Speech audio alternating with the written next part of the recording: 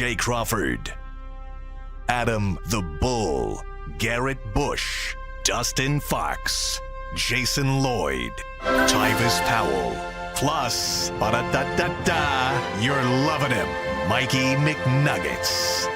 And so many big names, it would take me hours to say all of their names. The ultimate Cleveland sports show starts now. Booyah! Welcome, everybody, to the latest edition of the Ultimate Cleveland Sports Show. It's a casual Wednesday here on UCSS. Most days are casual. Is that any different from? I guess. I don't usually Jason, wear put your shorts, mic but on. here we are. What happened? I forgot to put my mic God. on. Pull it together, will you? Sit here for 15 minutes. Jeez, we got Jason who without his mic. We got Earl the Pearl. We got Anthony, and we got Steve behind the glass. Jason's son AJ is here. Everybody's a little afraid of him because he's, ready to kill us all. He's back there throwing weights around. Yeah. He's a big-ass dude, man. Yeah. That's a big-ass dude. He's a huge kid. And we got a lot to get to today. Anthony, you got a title sponsor for us? We do have a title sponsor All right, today. good. It's Epicor. This show is brought to you by Epicor. From small businesses with big dreams to growing enterprises with global vision, Epicor will equip you with the right tools to move forward. Discover your success at www.easierwithepicor.com. I've been sitting here since 10:45 too. Yeah. Never put a Been mic plenty on. of time. Yeah. And That's you crazy. just Maybe if I get here by 10:30, I'll put a mic you want to on. blame Steve that he didn't say Probably say it's something? his fault. He checks on everybody else. He never checks on me. Didn't check on you. Because I'm competent enough to normally do it, but not today. Every time I've directed, There we go. I just got the Steve treatment. every time I've directed, I ask Jason, "Are you good?" And he tells me, "Yeah, go." Yeah. Fine. So, All right. That's so on you. Jason's cockiness got in his own way. Again. Yeah. I opted for the Bernie Kosar throwback today. Yeah. Last time me and you was on, we was talking about Jersey, so I said, let's bring out Bernie today. And I got no problem with that. Some people don't like. Dee Dee mentioned the other day she thinks it's weird when guys wear jerseys with other guys' names. Are you one of those people too? Yes. I mean, I love Earl. Whatever. Do you? Do you? Yeah. But after a certain age, I will not wear another man's grown jersey. You're out. Grown man's jersey. All right. I mean, whatever makes But you that's, happy. I mean, whatever. That's just me. There are some rules I think should apply to everyone, and there are other rules that are just for me. And this is a just for Football me. is on the horizon, It is. smell Browns it in the rookies air. report to camp on Friday. Yes.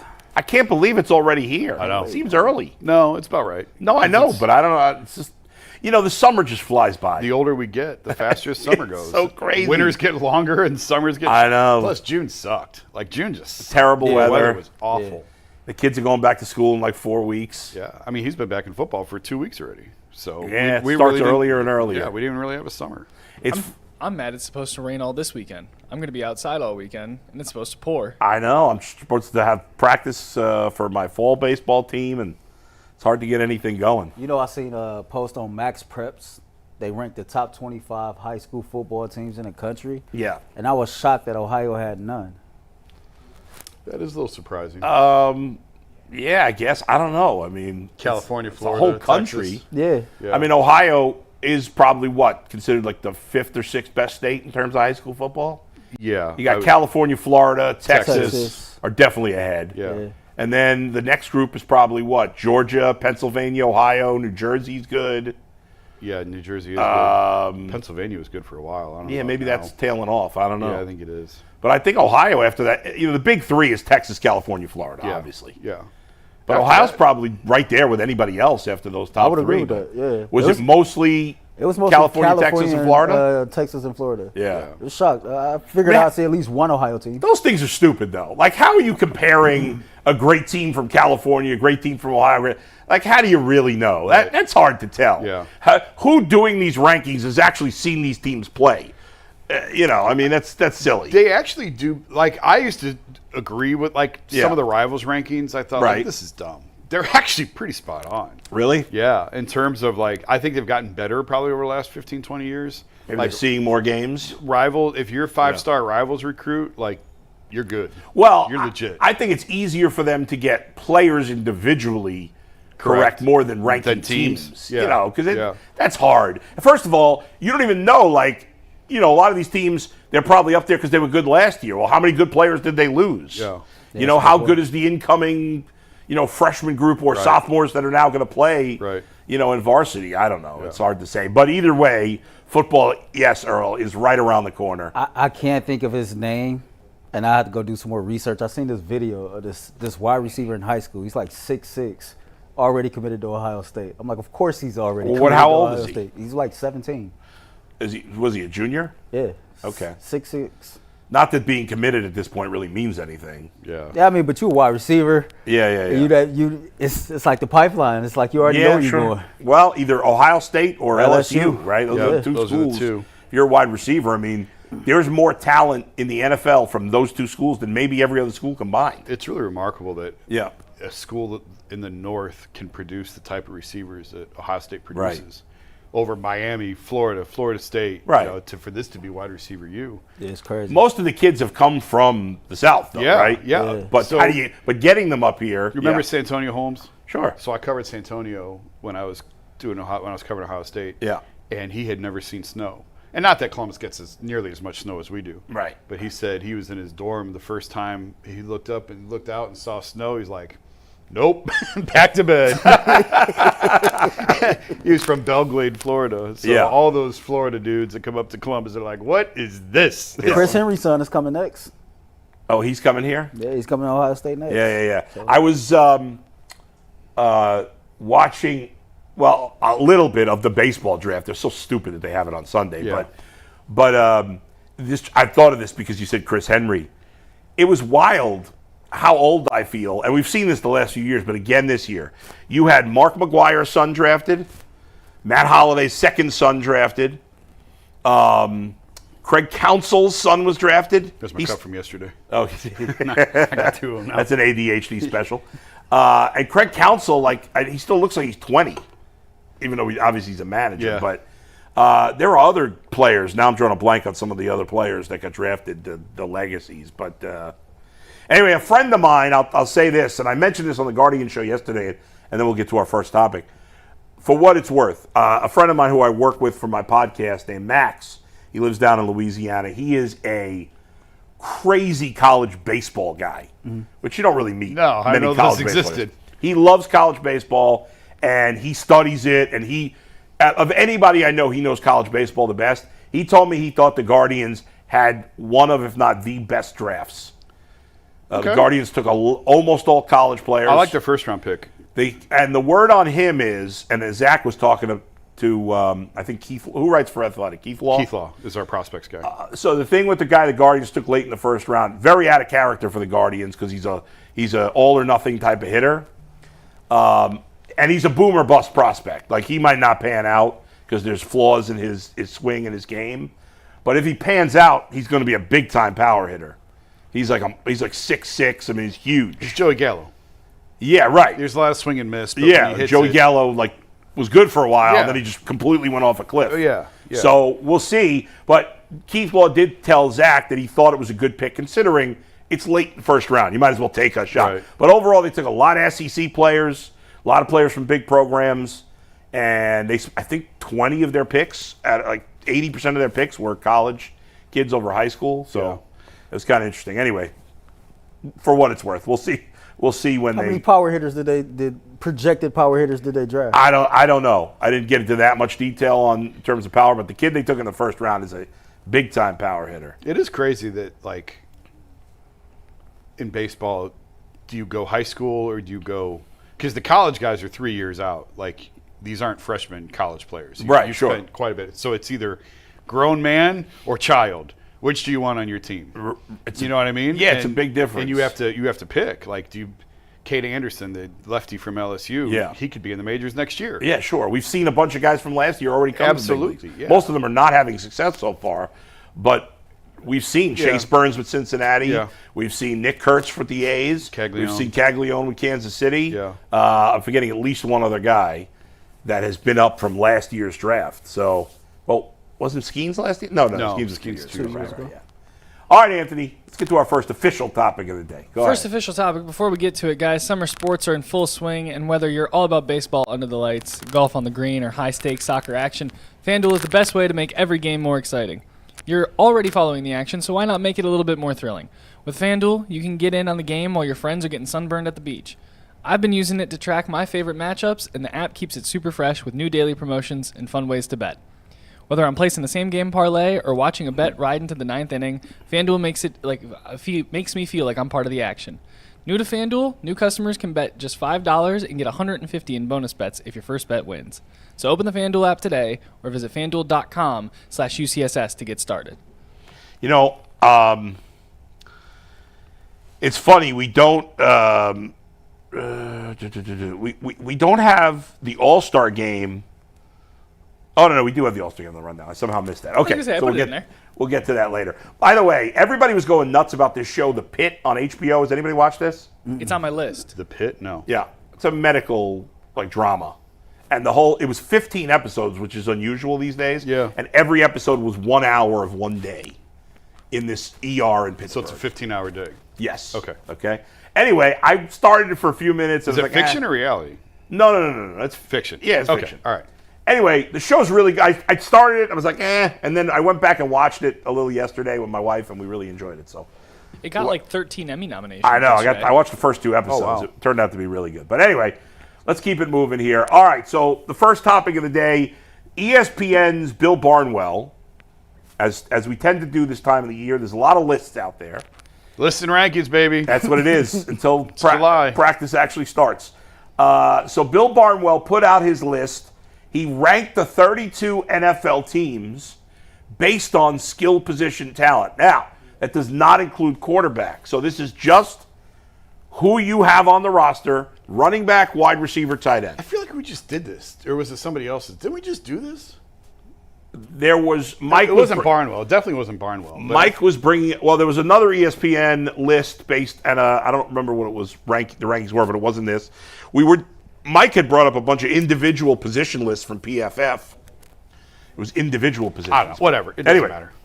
The point is that he ranked all 32 teams based on how good their running back, wide receiving, and tight end groups are combined.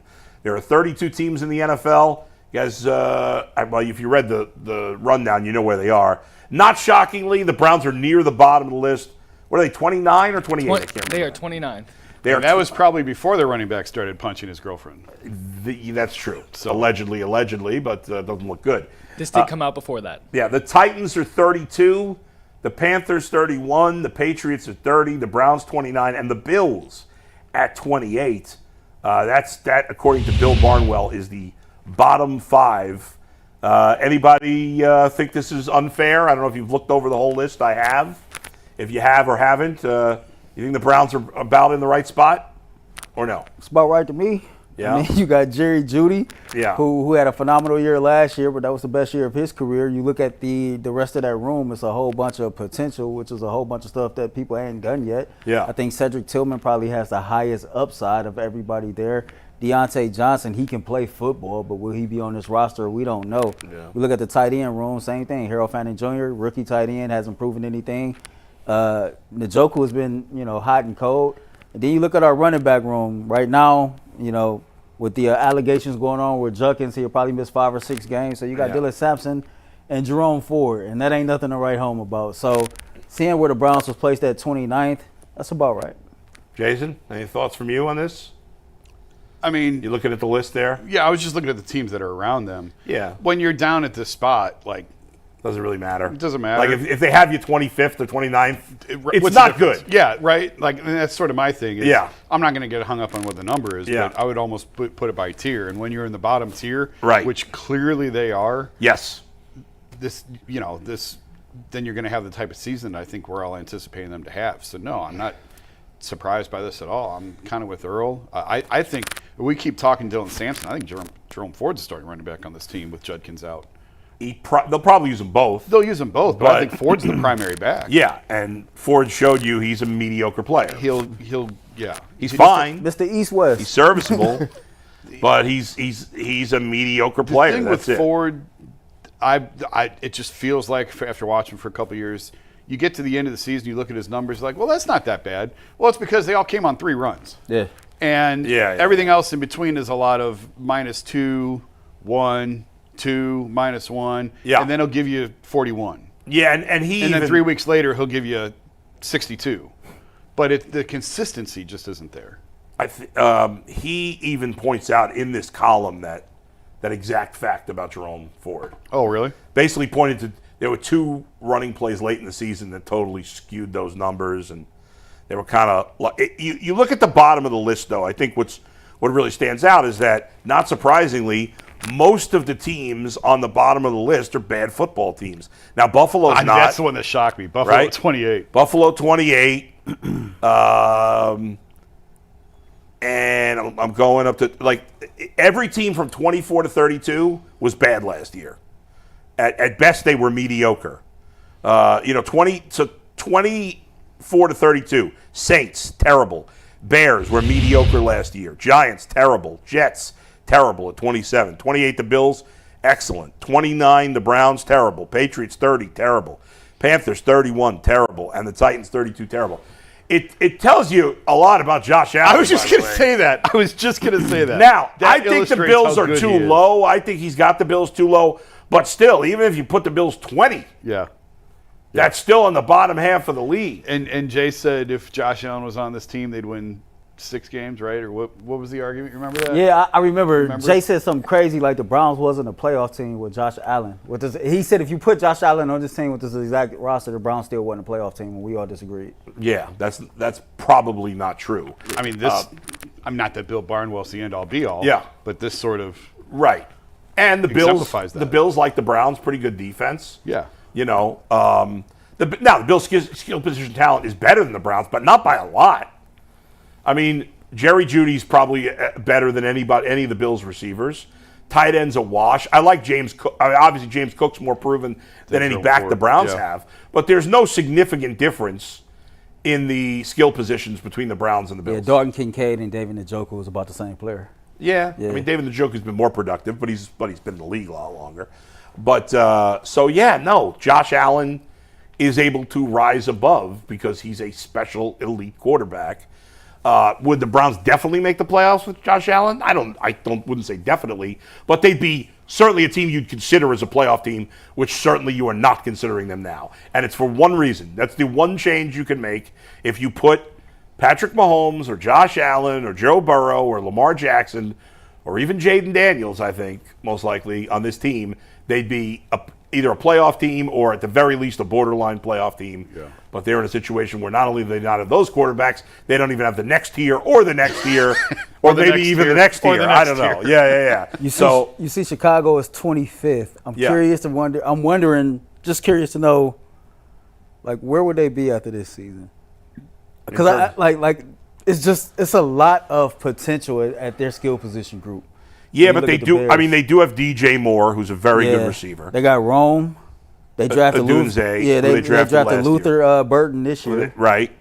Their back is DeAndre Swift, right? Yeah. I mean, he's a good solid back. Not amazing, but he's a solid back. And they got Cole Kmet at tight end, who's again, solid player. Nothing special. I think they drafted a tight end too this year. They did Colston Loveland. Yeah, they drafted him fairly high. So. Yeah, I mean, I don't know. They're in terms of proven talent. I mean, they don't have a ton. Swift and DJ Moore, good combo. Maybe there's another veteran wide receiver there that I'm not thinking of. No, you're thinking about he was there last year. Keenan Allen, he left. Oh yeah, I don't think he's on any team. I was going to say, where is he? Yeah. He should be here. Speaking of the Brown skill position talent, there's not much out there in free agency, but if we assume that Quinshon Judkins is going to get suspended, at least for some length, do we think the Browns should go out and sign a veteran? Or should they just go forward, sign a third-string guy or whatever, have another third-string guy? Is Pierre Strong still in I think Strong is still on the roster, I believe. I would not bring in a veteran. I wouldn't just either. roll with Ford and Sampson. Yeah. If you need a third, I wouldn't bring in a veteran over top of them that would clog things up. Right. Bring another young player who's got some potential, whatever. Listen, Ford can be whatever he is. If Judkins is suspended, which seems likely, he is, yeah. I would say let's see what Sampson's got. I mean, I'm not saying you have to make him an 18 carry a back game, but big enough to be a primary. No, back. but he's definitely a guy that seems like you could probably use him 8-10 times a game, and he could be pretty good. Yeah, you line him up in different spots. Right. Just get the ball in his hands, find creative ways to get the ball in his hands. Absolutely. In space, and Yeah, he's a short speedster. You know, he can get inside, outside. I think he averaged like 5.5 yards a carry, something like that last year in Tennessee. You know, before this situation came about with Judkins, I was looking at the Browns backfield like, okay, Judkins and Sampson, they kind of mirror Detroit with Montgomery and Gibbs. Gibbs is a short speedster that's a dual threat. I'm Gibbs saying is a like superstar. Right, but they've proven themselves. But if you look at the stature, the playing style, Dylan Sampson's playing style is similar to Jahmyr Gibbs. And then you look at Quinshon Judkins, he's a better back to me than Montgomery, but he can do everything Montgomery can, inside, outside, and he can block out the backfield. So, you know, before all this took place, I was really looking at Sampson as being that, you know, that rotational back that was a big play threat, so to speak. Yeah, well, now he'll get even more opportunity without Judkins. He's good, here. though. I'm looking forward to seeing what he's got, and we'll find out how good he is once we, you know, see him play in the NFL. But there's certainly potential. He was an excellent player in college, so I'll look forward to seeing what he has. But, yeah, I mean, clearly the Browns are always on the bottom of these skill position lists. They always have been. They for the foreseeable future, they will continue to be because they have had – we kill the Guardians all the time for being unable to develop hitting talent, which is fair. The Browns as an organization, and you can't just blame one person because this has been going on forever, they just almost never get it right at wide receiver. I mean, you think about all the great wide receivers, not even great, just like very good or better wide receivers over the last 20, 25 years, and the Browns have had none of them. Yeah. I mean, it's crazy. And the only one we had, they've had one-hit wonders. They had Amari Cooper for a minute. Not even for a year. Braylon Edwards had one good year. If Josh Gordon didn't have the issues with marijuana, then that's your superstar. Great talent, but the Browns have not had a receiver that was consistently good for even like 3 years and forever. Nah. The fact that as wide open as the NFL passing game has become over the last 20 whatever, the fact the Browns' leading receiver is still a tight end from the 1970s, like all-time leading receiver. It's crazy. Is a tight end from the 70s and 80s. Yeah, I mean, that stat and the fact that Joe Flacco and Ben Roethlisberger are second and third in all-time wins in the stadium tell you all you need to know about the Browns' offense over the last 30 years. Me and Cecil was playing around one day ranking the top 5 wide receivers since 99. Yeah. Like 5 through 1. Oh, Lord. Yeah. And we came like Kevin Johnson, 5. He had Dennis Northcutt 4. I wasn't putting Dennis Northcutt. Josh Gordon was on there? I had Josh Gordon on the list. Amari Cooper? Amari was on the list. Odell? No? Nah. Jarvis was on the list. I mean, Braylon had one great year. Braylon did have that one great year. Yeah. You could argue the 07 Browns and probably the 19 Browns, as far as skill position talent, has been the best since 99. The 07 Browns had Jamal Lewis in the backfield. That's the year Braylon balled out. We had Joe Jurevicius and can't remember the third wide receiver. Jamal Lewis was in the backfield. You had Kellen Winslow. I think those 2 years they didn't go to the playoffs, though. Yeah, but they still still had quality skill position talent. But the fact that you're not even sure who the top 5 wide receivers are in the last 25 years it says a lot. And none of them are good. No. No. Right. Like they were good for a year. Yeah. But, I mean, if you compare to other organizations, these guys are in the top 25. No, it's crazy. It's crazy. All right, Anthony, let's keep it moving here. What do we got next? Yeah, guys, we're moving on to not Browns. We're moving on to baseball. And before we get to baseball, today's episode is brought to you by Epicor. Yes. Every team knows the value of hard work, of taking pride in what you build, and practicing every detail until you get the best result. But no one player, no matter how amazing, can do it all alone. Working together makes getting the win easier. At Epicor, the All-Stars are the hardworking manufacturers and distributors who create and deliver the things we all need, from aerospace to electrical to medical devices. ERP solutions are created by industry experts to help make every day easier. You can see your whole supply chain, manage logistics, and respond to pricing changes all easier. From small businesses to big dreams and growing enterprises with global vision, we'll equip you with the right tools to move forward, think ahead, and lead the way. Because as the clock ticks down, you need to make the most out of every hardworking minute. And easier doesn't cut corners, easier finds the lane. Discover your success at www.easierwithepicor.com. That's www.easierwithepicor.com. All right, so last night was the All-Star game. And we'll get into the game, and I know a lot of people are worked up about how it ended. But I'll tell you something. You know what? I'll save it. Let's first get to MLB. MLB.com did this, right, Anthony? Yes, they tweeted, the official MLB account tweeted this out. They put together their all-time, they like to do this around the All-Star game, their all-time team for every franchise. So they posted their all-time Indians/Guardians franchise lineup. That's actually incredibly difficult to do. It is. I want to try we're to guess talking it. 115 years That's of history. crazy. Think of all the great pitching that this organization had back in the black and white days. Oh my God! And then from hitting from back in the day to the '90s to Lindor, Ramirez. I mean, I remember during COVID for the Athletic, I did like the greatest to jersey numbers, 0 to 99. I remember that. Yes, and it was so hard. Like there are so many good ones. There's probably some numbers, right? You had like 10 guys. There's some numbers. There's probably a few numbers you had only one. I've always wanted to do a story on like the most pitiful number in Cleveland sports history. Yeah. It's like 68. Like nobody good has ever worn the number 68. No, I think it was 68. Not some offensive lineman or something. No, like I went with like a guy who was second team All Big Ten from Ohio State because we had to include Columbus too. Alan Klein, I think. Alan Klein, good for you, Alan, getting some recognition. That's a good pull by me. I can't. Nice job out of you. So Anthony, here's the one question. Is it just when they played for the Indians/Guardians, or does it include their whole careers? Do we know? I'm not sure, but I can go find the tweet. I think we'll know based on who it is. That's true. All right, go ahead. Let's see what's in here. I can't see it. Oh, we cannot read that. All right, so I got it. Manny in left, Tris Speaker in center. Too bad Manny didn't play left, so we're already off to a bad start. And Kenny Lofton in right, which doesn't make any sense.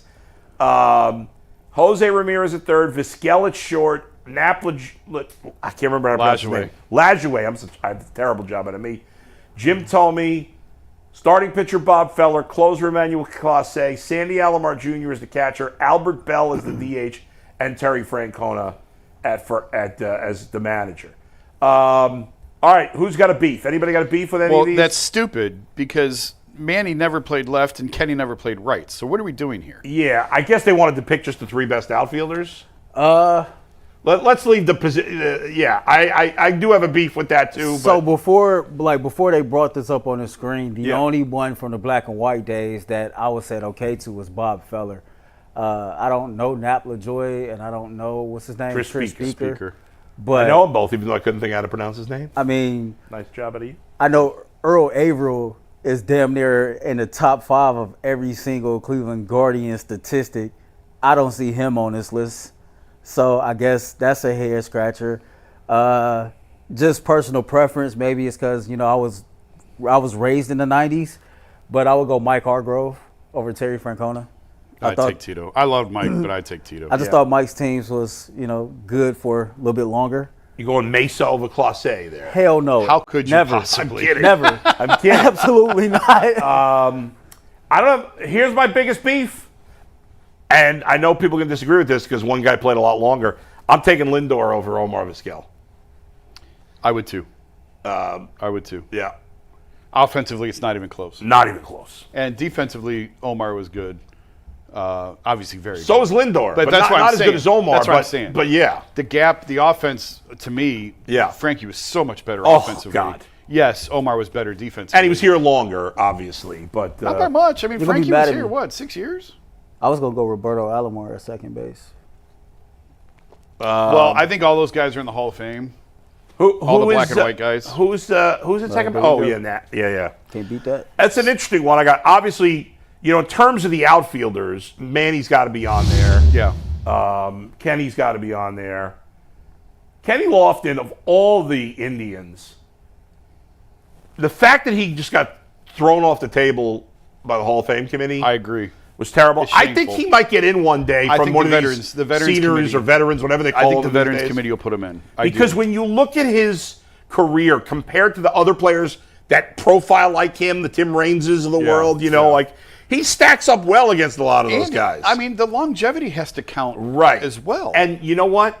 I remember, and this is long before I worked here, towards the end of his career, I remember him coming to the Cubs one year, and the Cubs went to the playoff. And I'm like, Kenny Lofton's a winning player. Yep. That was a stretch at the end of his career. He'd get traded at the deadline every year, and that team would go to the playoffs every year. He is a winning player. Yes. I believe Kenny Lofton. And a lot of people scream about Omar Vizquel. To me, Kenny Lofton's more of a Hall of Famer than Omar Vizquel. I agree with you. And he's been shortchanged. Like, if you're going to have Harold Baines and Dave Parker, and I love Harold Baines and Dave Parker. They're part of my childhood. They were players I really liked as a kid. When I think about, like, who's the better baseball player, Kenny Lofton's a better baseball player than Harold Baines or Dave Parker. And those guys were great ball players. But Kenny Lofton's better to me. I thought Kenny Lofton was better than Tim Raines in terms of the mold I agree of too. That type of player. I agree. The only player in that mold better than him is Ricky. That's it. Yeah. Ricky had more power, obviously. Yeah. Ricky was just on another level. Yeah. I mean, that was it. But, Tim Raines is in the Hall. And I know you're right. Parker and Baines are different type of players, but I still think that Kenny Lofton should be in the Hall of Fame. Can we see that again? Can you pull it back up? I think it's a pretty good list overall.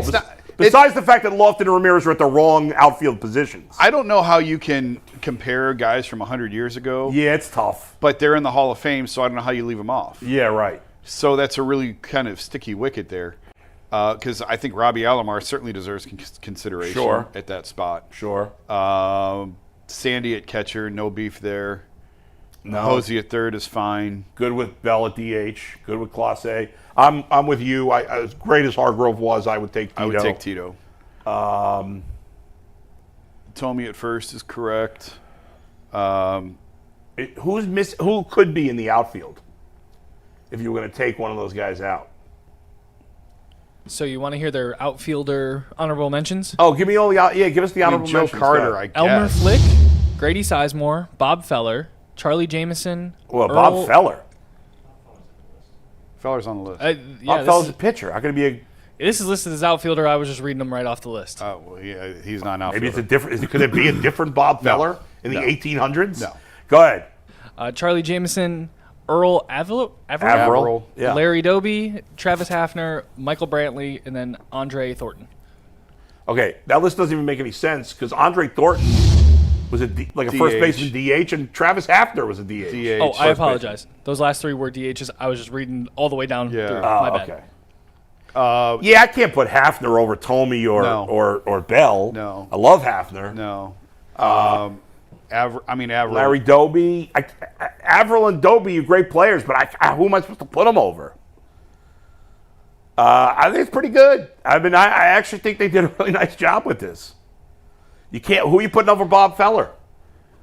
Nobody. Nobody. CeCe, I guess, maybe, but no. You can make a case for CeCe, I guess, but it would have to be Bob Feller. Do they have pitcher honorable mentions? Yeah, they have pitcher honorable mentions. CeCe is on that honorable Kluber? mention. CeCe, Kluber. So you have Harder, Lemon, Kalvetsky, McDowell, Joss, Sabathia, Allen.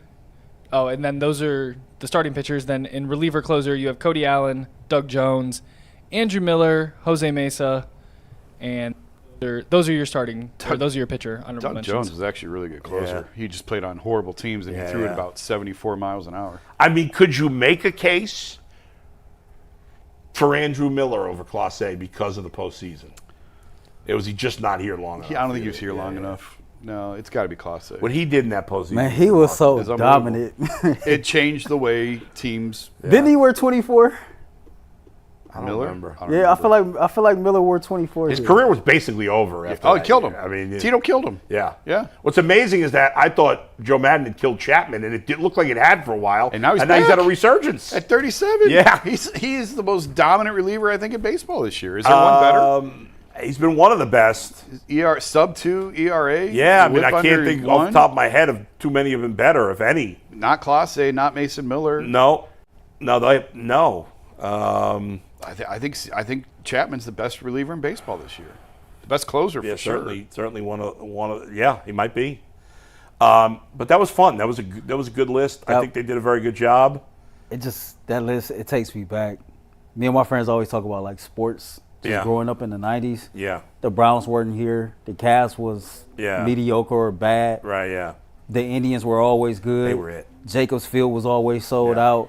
every kid, like, you know, they talk about like how black kids don't play baseball, don't be into baseball now. Yeah. That wasn't the case then. Yeah. Like everybody I knew Yeah. could name the Indian starting lineup from top to bottom. Yeah. I thought Carlos Baerga was the coolest because he used to wear the gold chains all the time. I wore 9 as Yeah. a kid. Like- I wore 9 because of Baerga. Like, you know, Kenny Lofton was like, him and Ken Griffey Jr. was like the coolest black baseball players to me. Yeah. Manny Ramirez, y'all all know that was my Yeah, favorite yeah. player. Jim told me I seen he hit the ball further than any human ever. I think that home run was 511 feet. Yeah. Like, I still remember that. So, like, to see where this team is now, that's why I be so – because I used to be a diehard fan, and it's like now it's just casual. But Right, yeah. it ain't my fault. It's their fault. We had a quality product for a long period of time, and it just kind of slowly diminished over time. I do think they've still had a quality product more often than not They have. since the 90s. But But right they were now, they were the only ticket in town. Right, that's I mean, true. The Cavs were totally irrelevant. They were Yeah. here, but they were winning. They were winning games 88 to 84. yeah. They just were not exciting. Right. So that the was Browns it. were gone. And the Indians were awesome. You would have loved Cleveland. Oh in my the God. 90s. I can't You even would have imagine loved how it. much fun that would have been. It was the hottest ticket in town. I mean, it's just incredible. I remember. This is pre-internet days. Yeah. You'd have to go stand in line at Ticketmaster. Yeah. And then you'd get out the seating chart. You look, and the tickets. The day the Yeah. tickets went on sale, you couldn't get through. Like the phones were busy. Yeah. There was lines wrapped around building. Like it Yeah. was crazy trying to get. It's tickets. funny in those days. Obviously, I had no connection to Cleveland at the time, but I was always rooting for those teams because I hated the Yankees. Yeah. So I was always rooting for those teams to beat the Yankees. Because I did not want because a lot of my friends were Yankee fans and I wanted them to be miserable. Yep. And so, I always wanted them to win because I always thought they had the best chance. I was like, how does this team not win? Like, why are they not winning? And it's so funny that all these years later, here we are. The one time I joke like I'm dead inside. I just don't care about I still get excited. 97 when Sandy hit the home run off Rivera. Yeah. I was in the auxiliary press box. I was Yeah. a student at Kent State, and I Yeah. was working, just covering the game. And I jumped out of my seat screaming. Wow. Oh my God! That was amazing. That was the most incredible thing. It was Yeah. like a thunderbolt from the sky. Yeah. Nobody thought they were gonna win that game. I remember, Series was over. I remember watching Game 7 of the World Series with my dad and my brother. My mother let me and my brother stay up late on the school night. Yeah. I think it was like a Sunday night. And I just remember Charles Nagy dominating. Yeah. And I remember sitting there, Hargrove comes to get him. Mesa goes in. Yeah. And Oh, that was OJ, Chad OJ, yeah. and who started? No, Jarrett Wright. Jarrett Wright started Game 7. Was it Jared Wright? It was Jarrett Wright. Jared Wright. Nagy came in relief. Yeah, Nagy came in relief. But when I seen Yeah. Mesa come in, I just remember again being a kid and just seeing he just let it just all go away. And I remember my dad kept saying he should have left Nagy in there. He should have just left Nagy in there. And I didn't know it would be a long time before this team make it back to the World Series. I was going to O.H. Perry in 3rd grade. Yeah. I remember telling my friends on the bus, we'll be back. Yeah. It's all right, we'll be back. Should have been. And saying Jarrett Wright, of course, reminds me that they could have had Pedro Martinez. Pedro. Yep. It was going to be Jarrett Wright was the key player in that deal. And they want to make the deal. And the Indians didn't want to get rid of. They didn't want to give They him were up. trying to trade him Cologne, and Montreal wouldn't take Cologne. Right. Could have had Kurt Schilling. Could have had Pedro and Kurt Schilling. I didn't know Kirk Schilling. Oh yeah, 90. That same. They could have had them both, or one or the other. One or the other. One or the other. If you had got if the Indians had gotten either of those guys, they would have won a World Series. There's no way. Schilling got a standing ovation at the All-Star. It had to be 97. Yeah. Schilling got an standing ovation during the introductions when he was with the Phillies during the introductions because everybody thought he was laughing about it. He was smiling. You go back and watch the intros from it. It just kept being one pitcher short. Yeah. And this is one of those topics that makes me wish I was born a little bit sooner.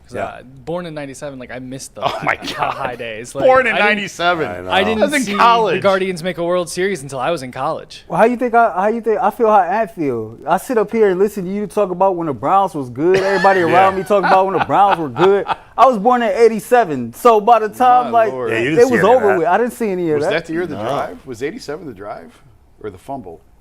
'87 was the drive. Yeah. I just always heard, man, the Browns, late '80s, when the team more dominant. I'm like, yeah. That was, again, much like the Guardians, the Indians in the 90s, was the Browns in the 80s. I remember Hanford Dixon and Ozzie Newsome came to my elementary school for something. Oh, that had to be awesome. And the kids I just bet you everybody lost went their crazy. minds. Oh, the kids lost their Yeah, minds. yeah. Kids were eating dog bones. Like someone brought all the kids were eating dog bones. It's like, Memories. All right, before we move to the All-Star game, you got to do a read or no? Yeah, I'm going to promote real quick here, guys. The Guardians are back from the All-Star break this Friday on WKYC. Nice. Once Steve throws this up here, it starts at 7 p.m. They're playing the Athletics.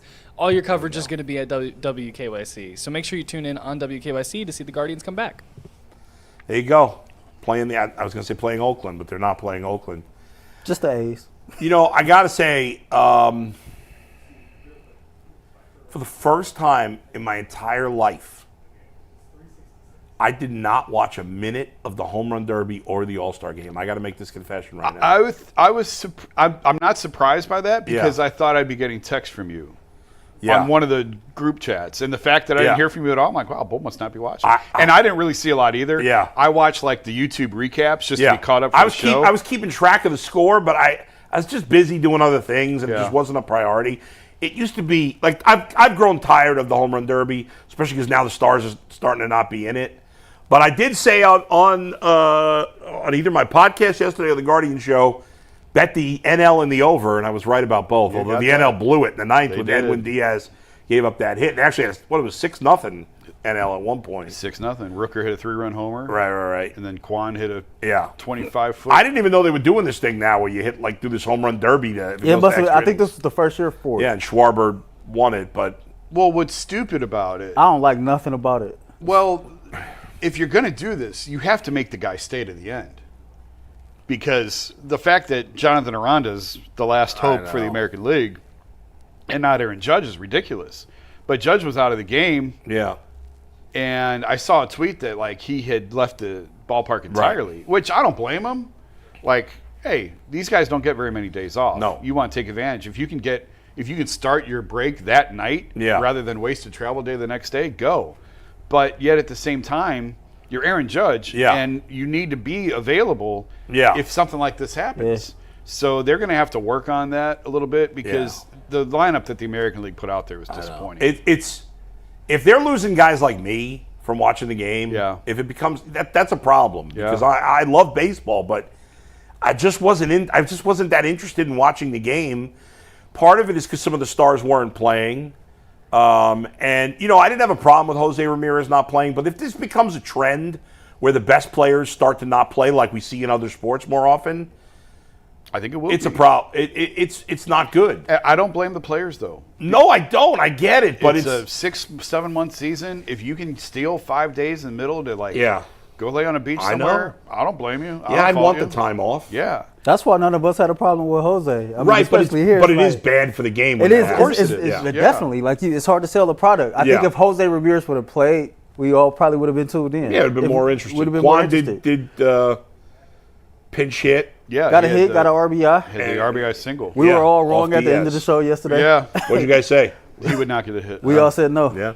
So, I mean, he hit it 17 feet. Yeah. But hey, it's a hit. It worked. It worked. It's a hit. And besides that, like obviously I don't have much to say about it. But it's funny because like the Home Run Derby used to be my favorite of all the collective post-sport All-Star events, and even that has become watered down. Like I can remember the Derby back at Fenway, you know, like when Ken Griffey was there, Mark McGwire was there.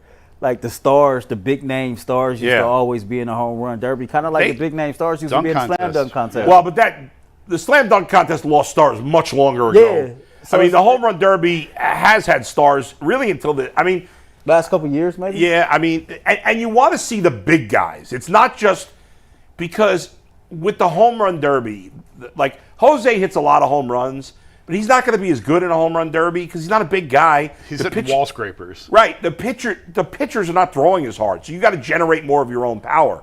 People want to see Ohtani and Judge. Yeah. You know, these big, huge guys. Give me Soto, give me Ohtani, give me Judge. Pete Alonso. Pete Alonso. I don't find it necessarily as appealing on TV anymore, but in 2019 when the All-Star game was here, watching it in person was awesome. Fun. That was awesome to see it live. That was a fun. That whole experience of the All-Star game being here was.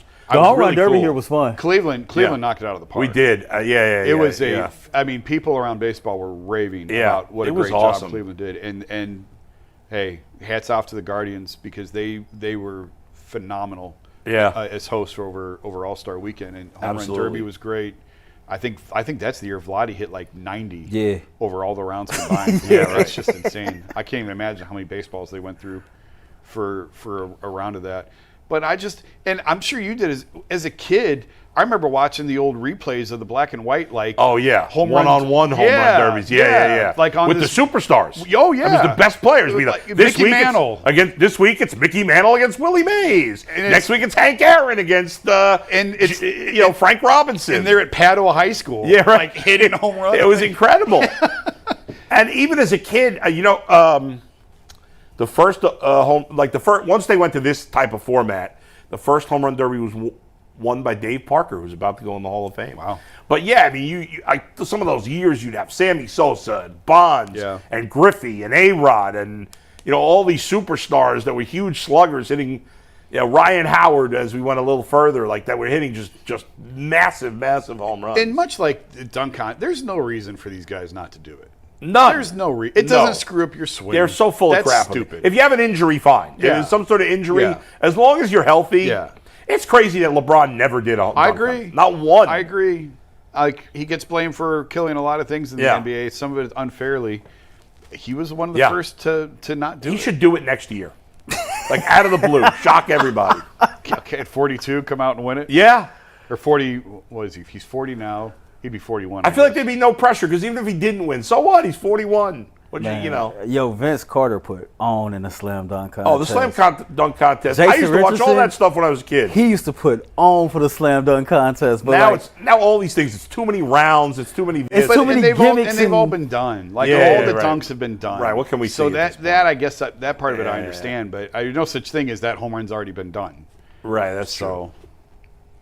Yeah. Home run derby is still that's still a thing for me. It is cool, but I just was not interested. This past year, I really wasn't that interested. A lot of the names. It was not as big names generally. Yeah. Although Cal Raleigh with the nickname Big Dumper, I mean that's an old school nickname right there. He used to have great nicknames back in the day. Is this a one-off season for him?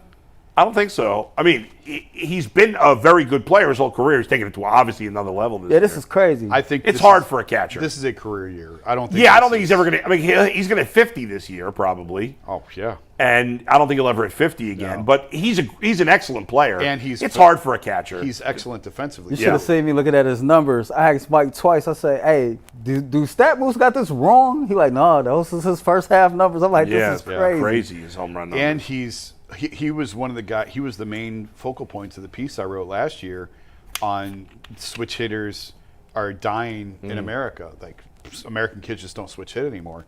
And he was great. I talked to him for about 20 minutes at the Mariners spring training complex, and he said my dad was his coach who threw to him in the home run derby. He said his dad was his coach, and he made him hit from both sides of the plate as a kid. He said, I'm so thankful that he did. I mean, a power hitting, switch hitting catcher is like triple word score. Oh my God. Those things just don't exist anymore. I had a kid on my Little League team was a switch hitter, by the way. Good on him. And he only hit left-handed once, and he came through with a 2-run single. Did he really? But he could do it. Apparently there's a guy in the minors now who's a switch pitcher. We've seen this from time to time. Yeah, I think I did. Oh, man, I just read about him the other day. I forget his name now. Yeah, I don't know, but he's like a top prospect, too. Yeah. Switch pitcher. He throws right and left. He can pitch with right or left. So, do you this might be a dumb question, do you adjust, batter to batter? Absolutely. Yeah. That's an insane skill set. Yeah. I mean, that's why it's so rare. Yeah. It's so rare. So you got 2 gloves on the mound with you and everything? Yeah, you could build a special mitt probably to fit your hands one way or the other. It would be the webbing would be a little bit off, I guess, but you could do it. You could have a custom glove made. You know, it's funny. When I was a kid playing ball, I throw left-handed, bat right-handed, which is the most unusual combo. But I could, and I did it once in a game just to see if I could do it. I could bunt left-handed. Drag bunt? Only bunt. I couldn't, if I tried to swing, I wouldn't hit it. Yeah. So I got it there one time in when I was on JV, and I was like, I'm just going to do it. I'm going to see if I can actually do this in a game, because I had done it with my friends, practicing. And I got up in a game, and I bunted. And I beat it out. Safe? There you go. Yeah. Believe it or not, you look at me now, you wouldn't guess. But when I was in high school, I actually had decent speed. I was a big kid, but I wasn't like obese as a kid. And I could run decently at that time. So, and there was no scouting report to know that you could only bunt. Yeah, I can only bunt left-handed, right? Anywho, Jason, I texted you the name. I don't know how to pronounce it. Oh, So I'm going to trust you on this one. what is it? Oh, I can't pronounce it either. Jurangelo Ginty, Cjinte. No He's idea. a top prospect. What team is he with? Mariners. Yeah, I was just he's a top 10 prospect, I think. Yeah, that's a crazy, amazing skill to have. I mean, imagine Yeah. just to make it to the majors throwing one way is 1 in a million. Well, to be able to do it with either. And that's why what Ohtani has done in the big leagues is so remarkable. It's just crazy. Yeah. Well, I mentioned, and by the way, he's pitching now. Like once a week, he throws 2-3 innings. He doesn't give up any runs. I mean, it's just they should. I don't know who. Maybe somebody else said this here. I don't know. I'd use him as my closer in the playoffs. Somebody said that on TV. One of the MLB Network guys said that he should be the closer. Yeah. I mean, as the opener, he could still bat leadoff. Right. As the closer, but how can you? What if he's on base in the 8th inning? What if it comes to you can't get loose? How do you warm up? That's a tricky situation. Yeah. Yeah. So I guess you couldn't use him all the time. I guess it would depend on the circumstance. If anybody can do it, it's probably. Yeah, I mean, it's just crazy. I mean, probably 5 pitches. He's good. Yeah. Let's go. Let's do this. Nuts. All right, Anthony, let's talk some summer league hoops. Our baby. favorite thing, summer sports, and I'm telling you right now, they're in full Yeah. swing. And whether you're all about they baseball under the lights, golf on the green, or high-stakes soccer action, FanDuel is the best way to make every game even more exciting. You're already following the action. Why not make it a little bit more thrilling? With FanDuel, you can get in on the game while your friends are out getting sunburned at the beach. I've been using FanDuel to track my favorite matchups and keep it fresh, and the app keeps it fresh with new daily promotions and fun ways to bet. If you're new to FanDuel, new customers can bet just $5 and get $150 in bonus bets if your first bet wins. Open the FanDuel app today or visit FanDuel.com/UCSS to get started. So coming up at 12:30, maybe even a little earlier, we're doing a segment that Dustin and I started doing on the radio on the Bull and Fox show years and years ago. I don't remember what year we started doing it. It's called Ask the Show. Anthony tweeted about this yesterday, I think, or maybe 2 days I tweeted ago. about it Sunday. Oh, Sunday. And you've got a ton of questions, right? I think the last I counted, I was somewhere around 16 or 17, and that's just from Twitter. I've got a couple from YouTube as well. Okay, so if you've got questions, now, when we used to do this on Bull and Fox, you could not ask sports questions. We will answer sports questions here. But a lot of them are not sports questions, correct? Yes, most of them are not. I think I have 1 or 2. And that's what we prefer because it's fun to, be talking about other things besides sports for a few minutes show. So somewhere around 12:30. Sports and politics. Well, no sport. Well, the rule was no sports, no politics. Yes. We will take sports questions. No politics. We'll avoid that. But anything else is fair game. So you can still send a message in the YouTube chat or through Twitter. Don't super chat it, though. I will keep an eye on the chat through every topic, and I'll mark down questions. I don't want you guys to have to pay. Yeah, for you don't Ask have the to Show super chat. Nobody else. You don't have to pay to be a part of this, so that's I fine. used to listen to that segment, and one time somebody asked Dustin about video games, and I was like, "Well, ain't that kind of like sports?" Nah. They was asking him about something about Xbox or PlayStation. Okay. Madden. I'm like, well, that's kind of like sports. Yeah, we accepted those questions. Yeah. That didn't break the rule. I never called bull hang up on people. Well, you got to hang up on somebody eventually, right? People would always get mad at me on the radio. You hung up on me. Well, how long am I supposed to let you talk? I said, oh, hold. Here's the thing about radio. I don't know if we get sidetracked, but here's the thing. We got a couple minutes. That's crazy about radio. I don't do this as a host, by the way. People will call a radio station. They'll get put on hold. Yeah. And then the host will go through 2 segments with the caller on hold. Take the call just to take the call for 30 seconds and hang up on them.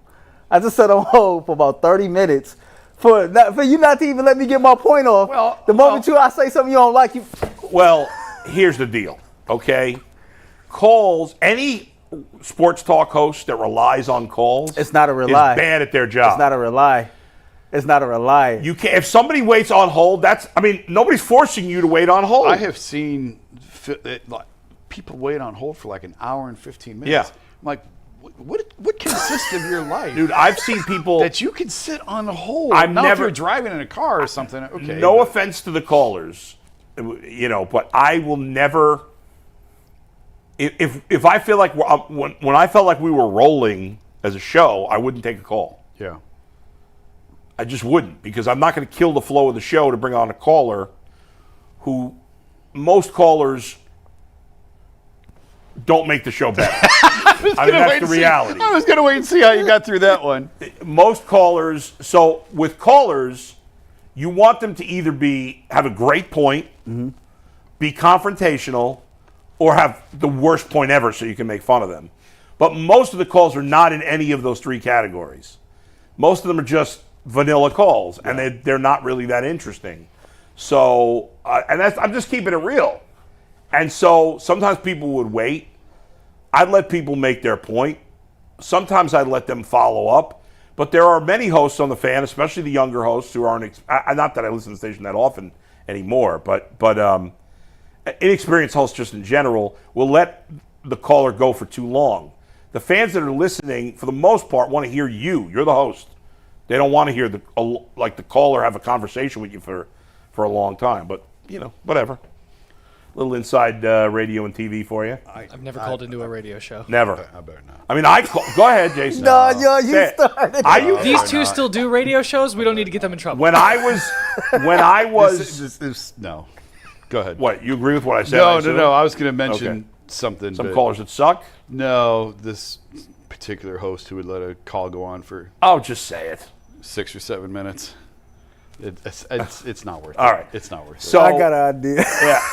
But when I was a teenager, I called the Fan in New York, Mike and the Mad Dog, Mike Francesa, and I work for the same company now with Bet Rivers. We both do podcasts on there.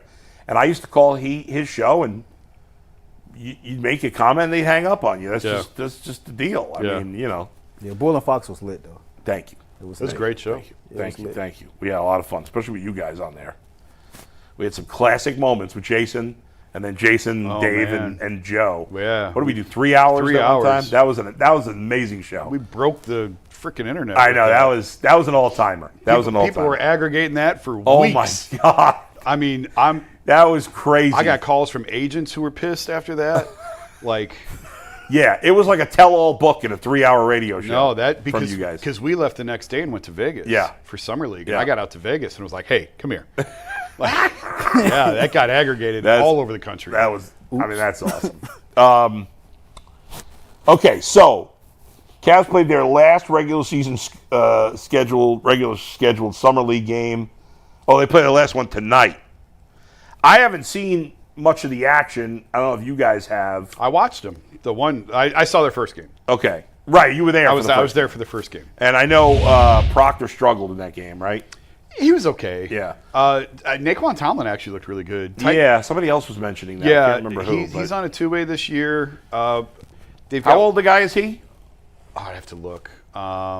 He's young, young enough. Oh yeah, we had Spencer Davies on. That's right.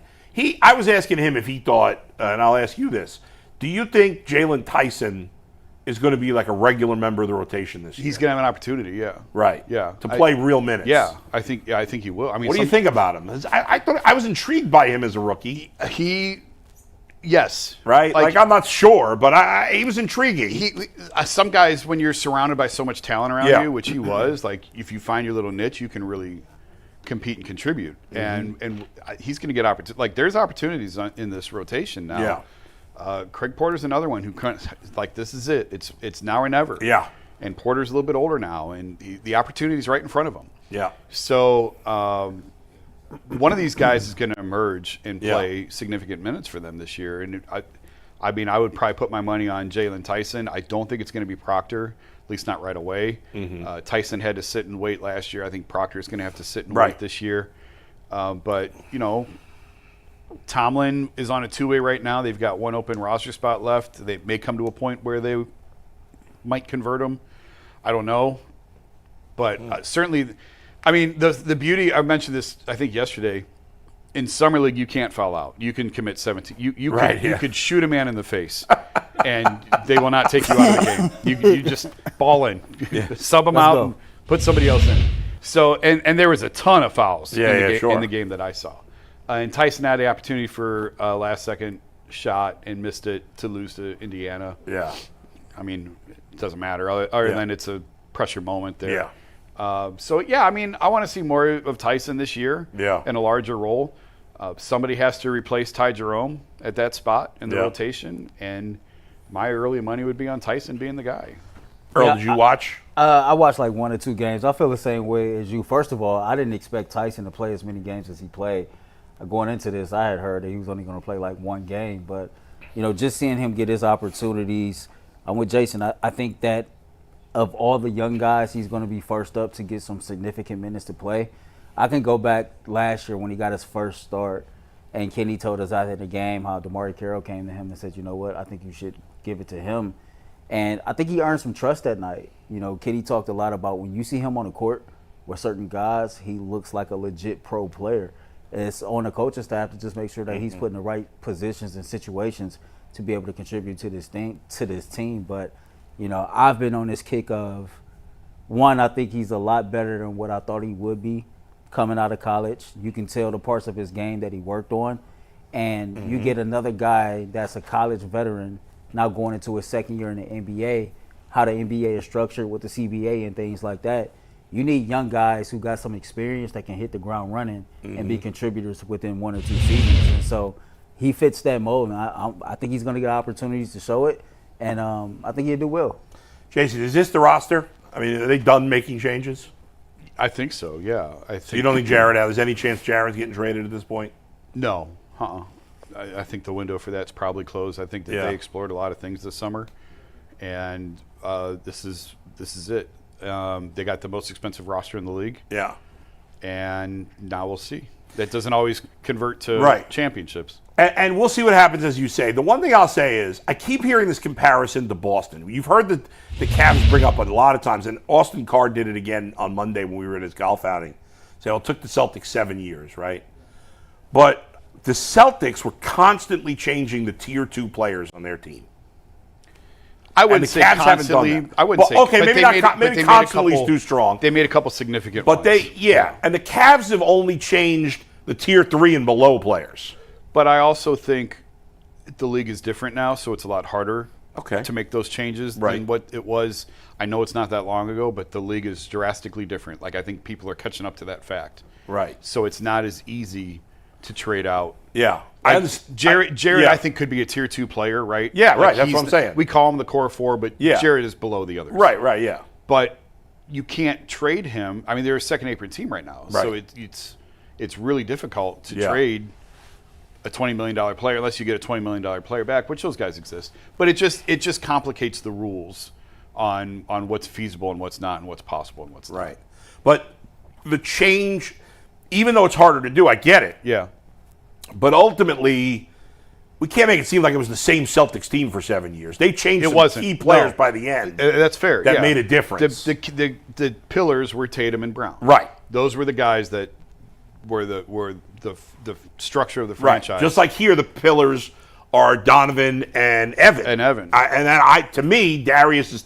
I know he's better than Jared Allen overall. But he would be third. But he'd be in that next group with Jared Allen. Yeah. And then it's everybody else. I put Jarrett fourth. I put those two. Those two were at the top. Right. And then is Darius with 3, and I put Jarrett 4. Yeah. So really, if they feel like they can't make any changes to the top 4, then to me, their only hope of winning a championship is that Evan Mobley takes this step to being this another level offensively, more aggressive, completely takes over and becomes, at the very least, 1B to Donovan's 1A, if not better.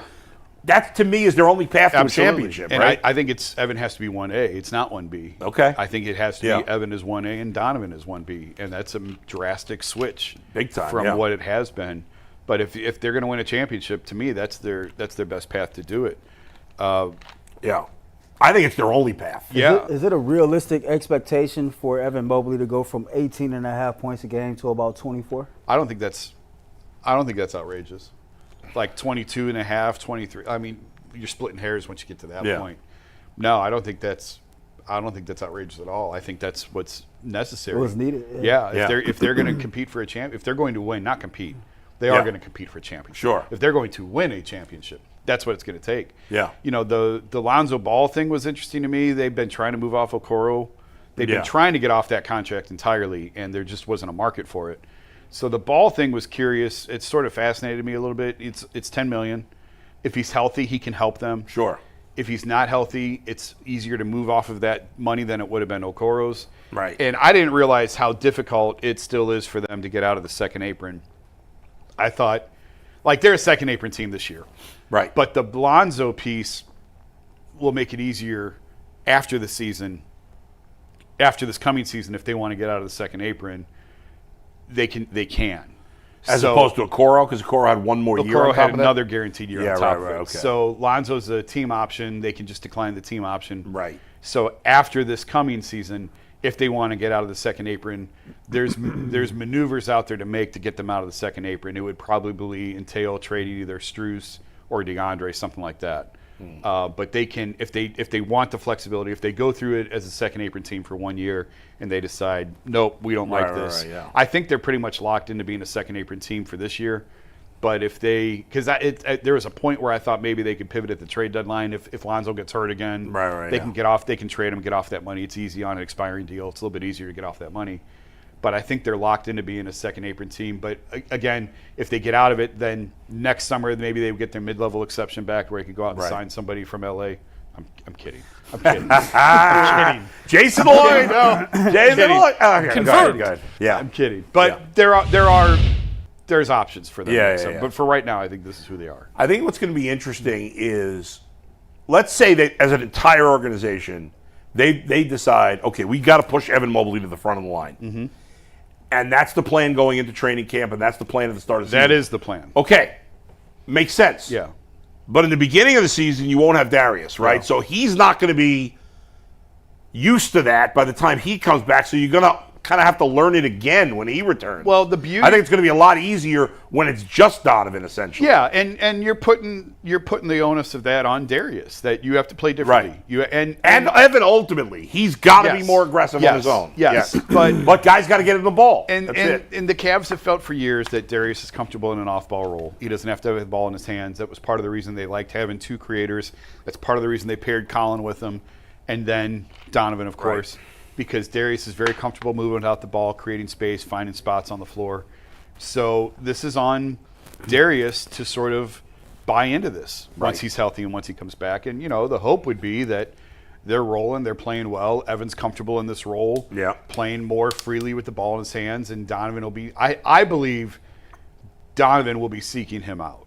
I haven't talked to Donovan, but just knowing how Donovan thinks and operates from talking to him last year. Yeah. His public comments that he said. Podcast. Yeah. He knows he's a smart guy. He understands what it's going to take to win. And I've said this before. This is not a shot at Donovan when I say. It's a compliment, I think. Well, when I say, how far a Donovan Mitchell-led team can get you. Yeah. How much more evidence do we like? But I think he knows that. He does. He knows that. He's real enough and honest enough and authentic enough to realize it. And I think we should appreciate having a leader like that can recognize that and say, you know what, let me make the proper adjustments to put myself, this team, this city in the best situation to have the most success possible. That's right. Like Donovan told you without telling you. Kobe told you without telling you. Hell, Kenny Atkinson told you without telling you. Evan Mobley has to be the best player on this team this year. They said it in their own way without just saying it.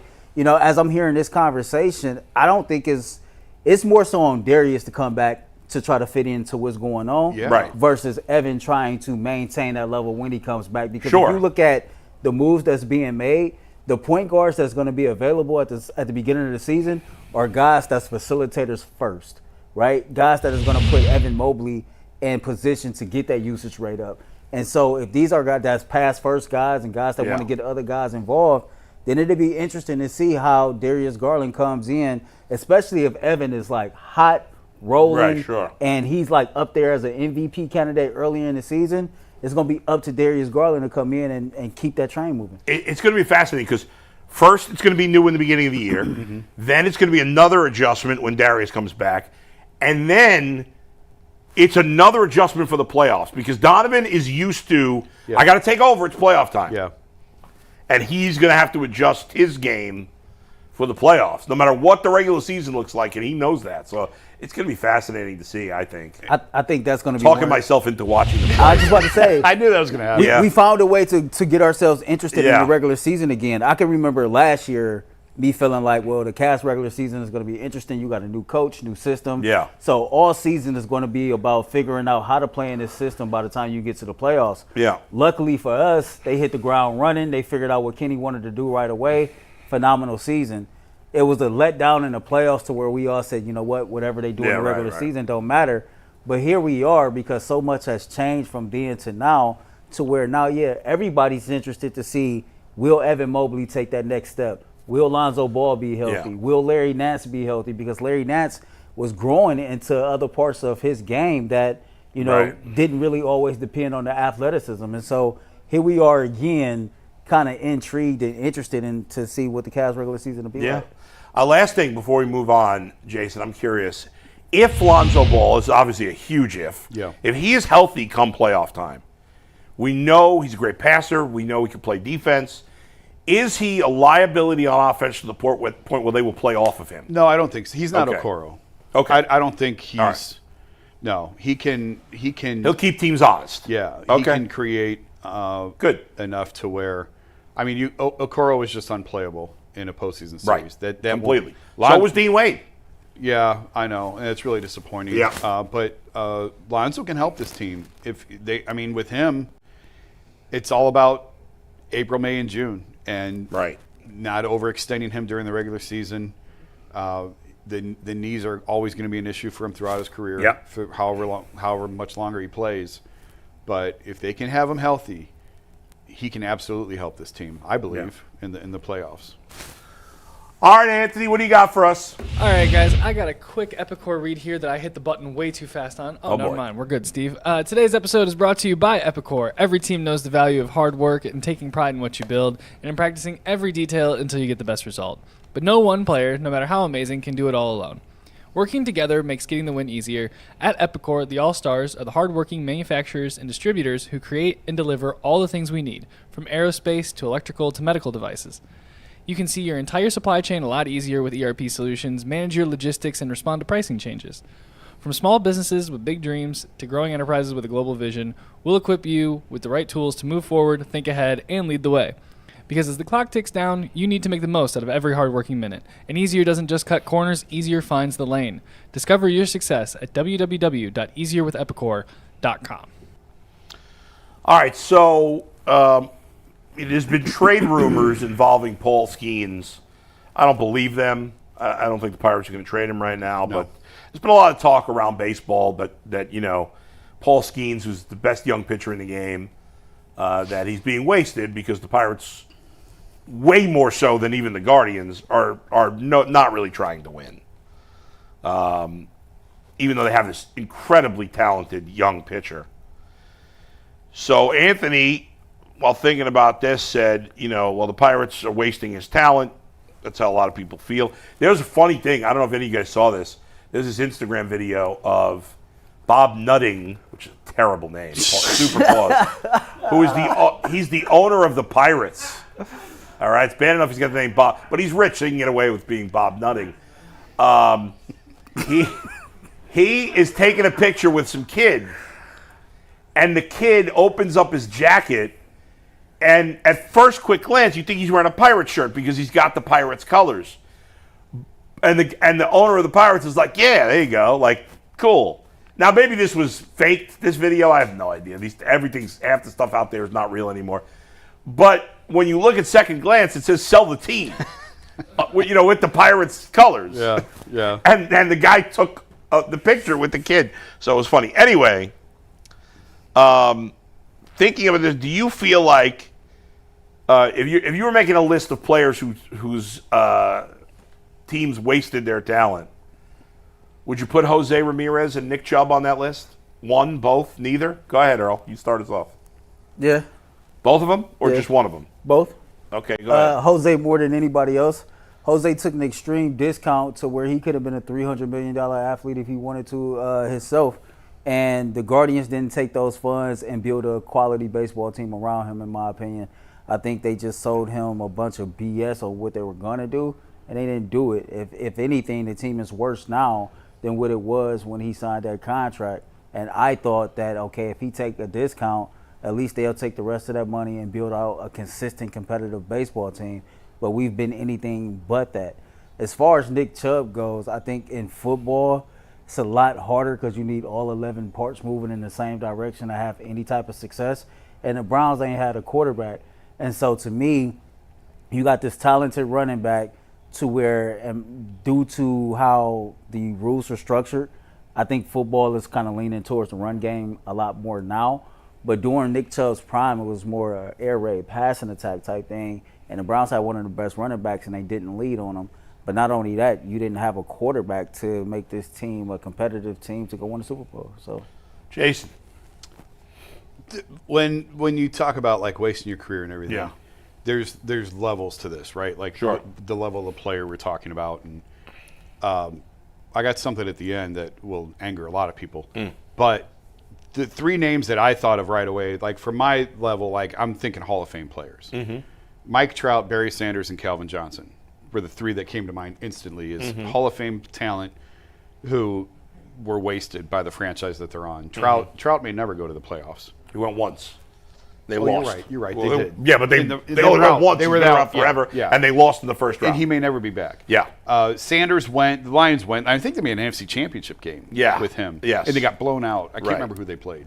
They lost like 44-3 or something like that. Yeah. And Calvin Johnson was another just in that mold of just Hall of Fame, once-in-a-generation talent that was completely wasted. So I don't put Chubb and Jose on that list because Chubb, as much as everyone loves him, he's not a Hall of Fame player. There was a time where I thought he was on a Hall of Fame track, and injuries derailed that. He's not going to the Hall of Fame. Jose will go to the Hall of Fame, but Jose knew what he was signing up for. Like, he chose to come back. He chose to take less money, and he knew the organization was going to operate this way. And I'm not trying to excuse it, but if winning was more important to him, he would have left. Right? Can we be honest about that? Yeah. If winning a ring was the most important thing to him, he would not still be in Cleveland. So I think he shares a role in this conversation that we're having a little bit. So I would not put him on the list. But those are the three names that come to mind right away. And the one that'll anger people, you talk to enough people in the NBA, they'll tell you LeBron. Cleveland had LeBron for 11 years and won one championship. Yeah. They say, how is it possible that you have maybe the greatest player to ever play the game, greatest player of his generation, for 11 years, and you won one? There's a lot of people in the NBA who feel like the Cavs squandered LeBron. I think there's a space between wasted and squandered. Okay. So I wouldn't put LeBron in that category. I'm actually between the two of you. I would put Nick Chubb in that category, even though I agree with you, he's not a Hall of Famer. I would not put Jose Ramirez in that category for a variety of reasons. Number one, the Guardians have been, we're all disappointed this year. And even I've said this year, we're wasting Jose Ramirez's career right now. This year it feels like the later part of his career. But Jose's been to the playoffs plenty of times. It was a Game 7 of the World Series. Yeah, I mean, he's been to the playoffs more often than he's not. Yeah. Right? His career was not wasted. Now, you want to argue that they're wasting now, taking advantage of his, how many ever many good years he has left in the league, 2, 3, 4, I don't know. Yes, they're not taking advantage of it, but I don't believe his career was wasted in Cleveland. No, I think Nick Chubb's career was I think they wasted his talent. Yes, and if we're going to put Nick Chubb there, I'm going to put Myles Garrett there because he is going to go to the Hall of Fame. Yep. The Browns have just bumbled almost everything they've done since Jimmy Haslam has been here. And I know a lot of people give him a pass because for fans, and I get it, and I feel this way for the most part, that spending money equates to trying to win. I don't think anybody would argue that Jimmy Haslam wants to win. Right? Oh, yes. I mean, Jimmy Haslam wants to win. More than anything. He's dying to win. But he's not self-aware. He doesn't know how to win, and he doesn't know how to stop himself for effing it up. Now, maybe he's gotten better. Maybe he meddles less now. But I doubt that's the case. I think, again, we don't know for sure, and I certainly not against it. But I believe that the drafting of Shedeur Sanders is another example of him not staying out of the way. Now, it could turn out to be good for them in the long run, but just because you want to win doesn't make you a good owner, and that's the case with the Haslam family and especially Jimmy Haslam. And so I think they have wasted, yes, Joe Thomas, Joe Bitonio, Joe Thomas for sure, Myles Garrett, Nick Chubb. To me, yes, only two. Joe Thomas is a Hall of Famer. Myles Garrett will be. Bitonio will not be, but he was a great player. Nick Chubb will not be, but he's a great player. I think those careers have been wasted. Doesn't mean we didn't get to appreciate them as fans, but they never gave them a real opportunity because of the ineptitude of the organization. Yeah. Where, despite its flaws as an organization, Jose Ramirez and the Guardians/Indians have had their opportunities. Absolutely. They've had their opportunities. And one could argue that if Jose Ramirez played like a superstar last year, maybe the Guardians would have gone to the World Series. Yeah. Could argue that. Jose was bad in the playoffs. He was terrible. He's been bad the last few years. Yeah, he was bad in the playoffs. That's that. So, yeah, but I think the people you bring up are certainly some of the... In baseball, it's hard because... Calvin Johnson is a really Calvin good Johnson. one. Like, who else? I think of Ernie Banks, who was one of the all-time great players, never went to the playoffs. Yeah. Now, in those days, only there was only two, Right. and then eventually four teams. Did Calvin ever have a competent number 2 wide receiver next to him? I don't believe so. Did who? Calvin Johnson. I So, like, not don't only believe was the I Lions don't bad, remember. but, like, Yeah. And you who was his knew you was quarterback being... thrown to him? I don't... guess. Well, did he have? But He you had knew he was Stafford being, at like... the end. Yeah, Like, yeah, you knew he was Stafford. being double covered, sometimes triple covered, because they didn't have any other offense, and he was just still... Yeah. That dude was nasty. Who else is a great player that just languished?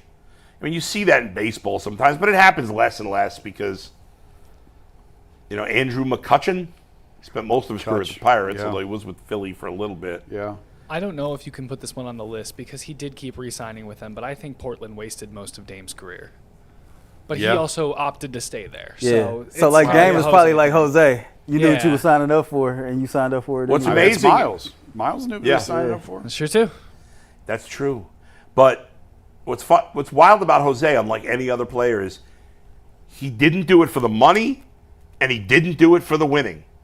He did. He's comfortable. Yeah. Which, I mean, how I many respect players do that. that? I 100% I respect respect that. that, yeah. He's, like I always say when we argue about these other guys, Jose's like, how much money do I Right. need? He grew up with nothing. Right, Came grew up from with nothing. Yeah. And he's comfortable He's set here. for life. His family's set for life. His grandkids are set for The life. media leaves him alone. He never Yeah. has to talk. He never talks. None. No. He comes in, does his job, goes home. Right. Good And teammate. You're not getting away with that in Philly, Boston, New York, Nope. LA, Chicago. No. So, and that's where you got to go to make the type of money that we're talking about. That's right. You have to go to those markets. That's right. He's Can you, like, nope. can you imagine if Jose actually said something like so, like just wow worthy that we let Like it show with it? controversial? Like that, like just Imagine he said something at all. Yeah. and we just had like Jose said this first up on UCSS. We got to talk about this because Jose Right. said such and such. Like They don't even have him on the state media post-game presser. No, He's never on there. he does the on-field stuff with Andre. What do you mean? The on-field. He'll do on-field after the post-game. game sometimes? Yeah. I guess I he'll don't ever watch that. Yeah, he'll do on-field with Augie, the interpreter. I was telling okay. somebody how Because Andre always ends with, what was the pitch? He says home run pitch. That's their little thing. well, you would spend a lot of the Tells you how playoffs often I'm watching that. down in the workroom. Yeah. But remember when they showed Jose, and like you know how like that arena is already crazy. Yeah. And they showed Jose, it was like it just amplified. Yeah. Like 10 times over, man. That dude is a rock star here in the city of Yeah. Cleveland. That don't say nothing. Him and Nick Chubb, That's like true. rock stars that just don't talk. And he's definitely got to speak better English than he claims to. Yeah, I don't- He's been here long enough. Oh, he speak. yeah. Weren't you here? Like, we blew Tyvis's mind. Because Yeah. I told Tyvis he speaks fine. Yeah, that's his what I English figured. is Yeah, fine. yeah, right, And Tyvis right. is like, what? He speaks English? I mean, he's been here a decade. He can't. He was 16 when he Yeah, signed with right, the organization. right. He's Yeah, been here longer than that. Yeah, there's no way he doesn't speak at least solid He English. probably Yeah. laugh about he's it fine. too. He probably yeah, like, he He's just more comfortable speaking Spanish. Yeah, which makes fine. sense. Yeah, if I could spend 15 years in the Dominican, I'm still going to be more comfortable speaking English. Right, you'd learn Spanish, Yeah. even if you weren't trying that hard. Yeah, so I don't. But I don't get on it. eventually, but you'd still rather speak You English. know what? I actually just mentioned to one of my bosses the other day at the Athletic. A story I would love to do is pull up footage of interviews in Spanish, like with translators. Yeah. With someone who speaks fluent Spanish and see what they actually say. Yeah. And then see what the translator says that they Oh, that'd say. be fun. Because Yeah. I guarantee you it's not the same. Oh, yeah. You imagine Certainly Jose, not. now stop asking me that dumbass question. Yeah, that'd be. Jose said, he felt like it was a rough night tonight. Yeah. Yeah. All right, folks. So now it's time. We've done this segment again. If you weren't with us earlier, this segment originated on the Bull and Fox radio show. We've done it a few times here. We're making slight changes to it for this format, but it's Ask the Show. We used to have this music for it. Bum, Bum, bum. I still remember the music. Yeah, right. And I wasn't even on the Good job show. you. That's right. You You probably filled in it enough that you might have done the segment a couple of times. Yeah. So on the radio show, we'd always say, hey, you can ask anything you want. This is not nearly as good as not as good, but we'll have to do. You can ask about anything you want except for sports or politics, but we're going to allow people to ask sports questions, but we prefer the non-sports questions. No politics, but anything else is fair game. We will try to honestly answer every question, no matter what it's about, what subject it's about. We'll answer as best we can. So, Anthony, start us off. What's the first question? Our first one's coming from Twitter from our friend over at Eddie Everhart. What is your favorite book that hasn't been made into a movie or a TV series that you would really like to see adapted? The Blueprint. LeBron James, free agency. Written by who? And the Written making by of the who? modern NBA. You can find it on Amazon.com. Yeah, you need to sell the rights to that. Has anybody called you about that? No. Let's go get your agent. Do you have an agent? I do. You do. All right, get him on that. Yeah, her. Oh, her. Get her on that. She should be selling. Actually, I forgot the title of my own book. It's called The Blueprint. LeBron James. Yeah. Something, and the making of the modern NBA.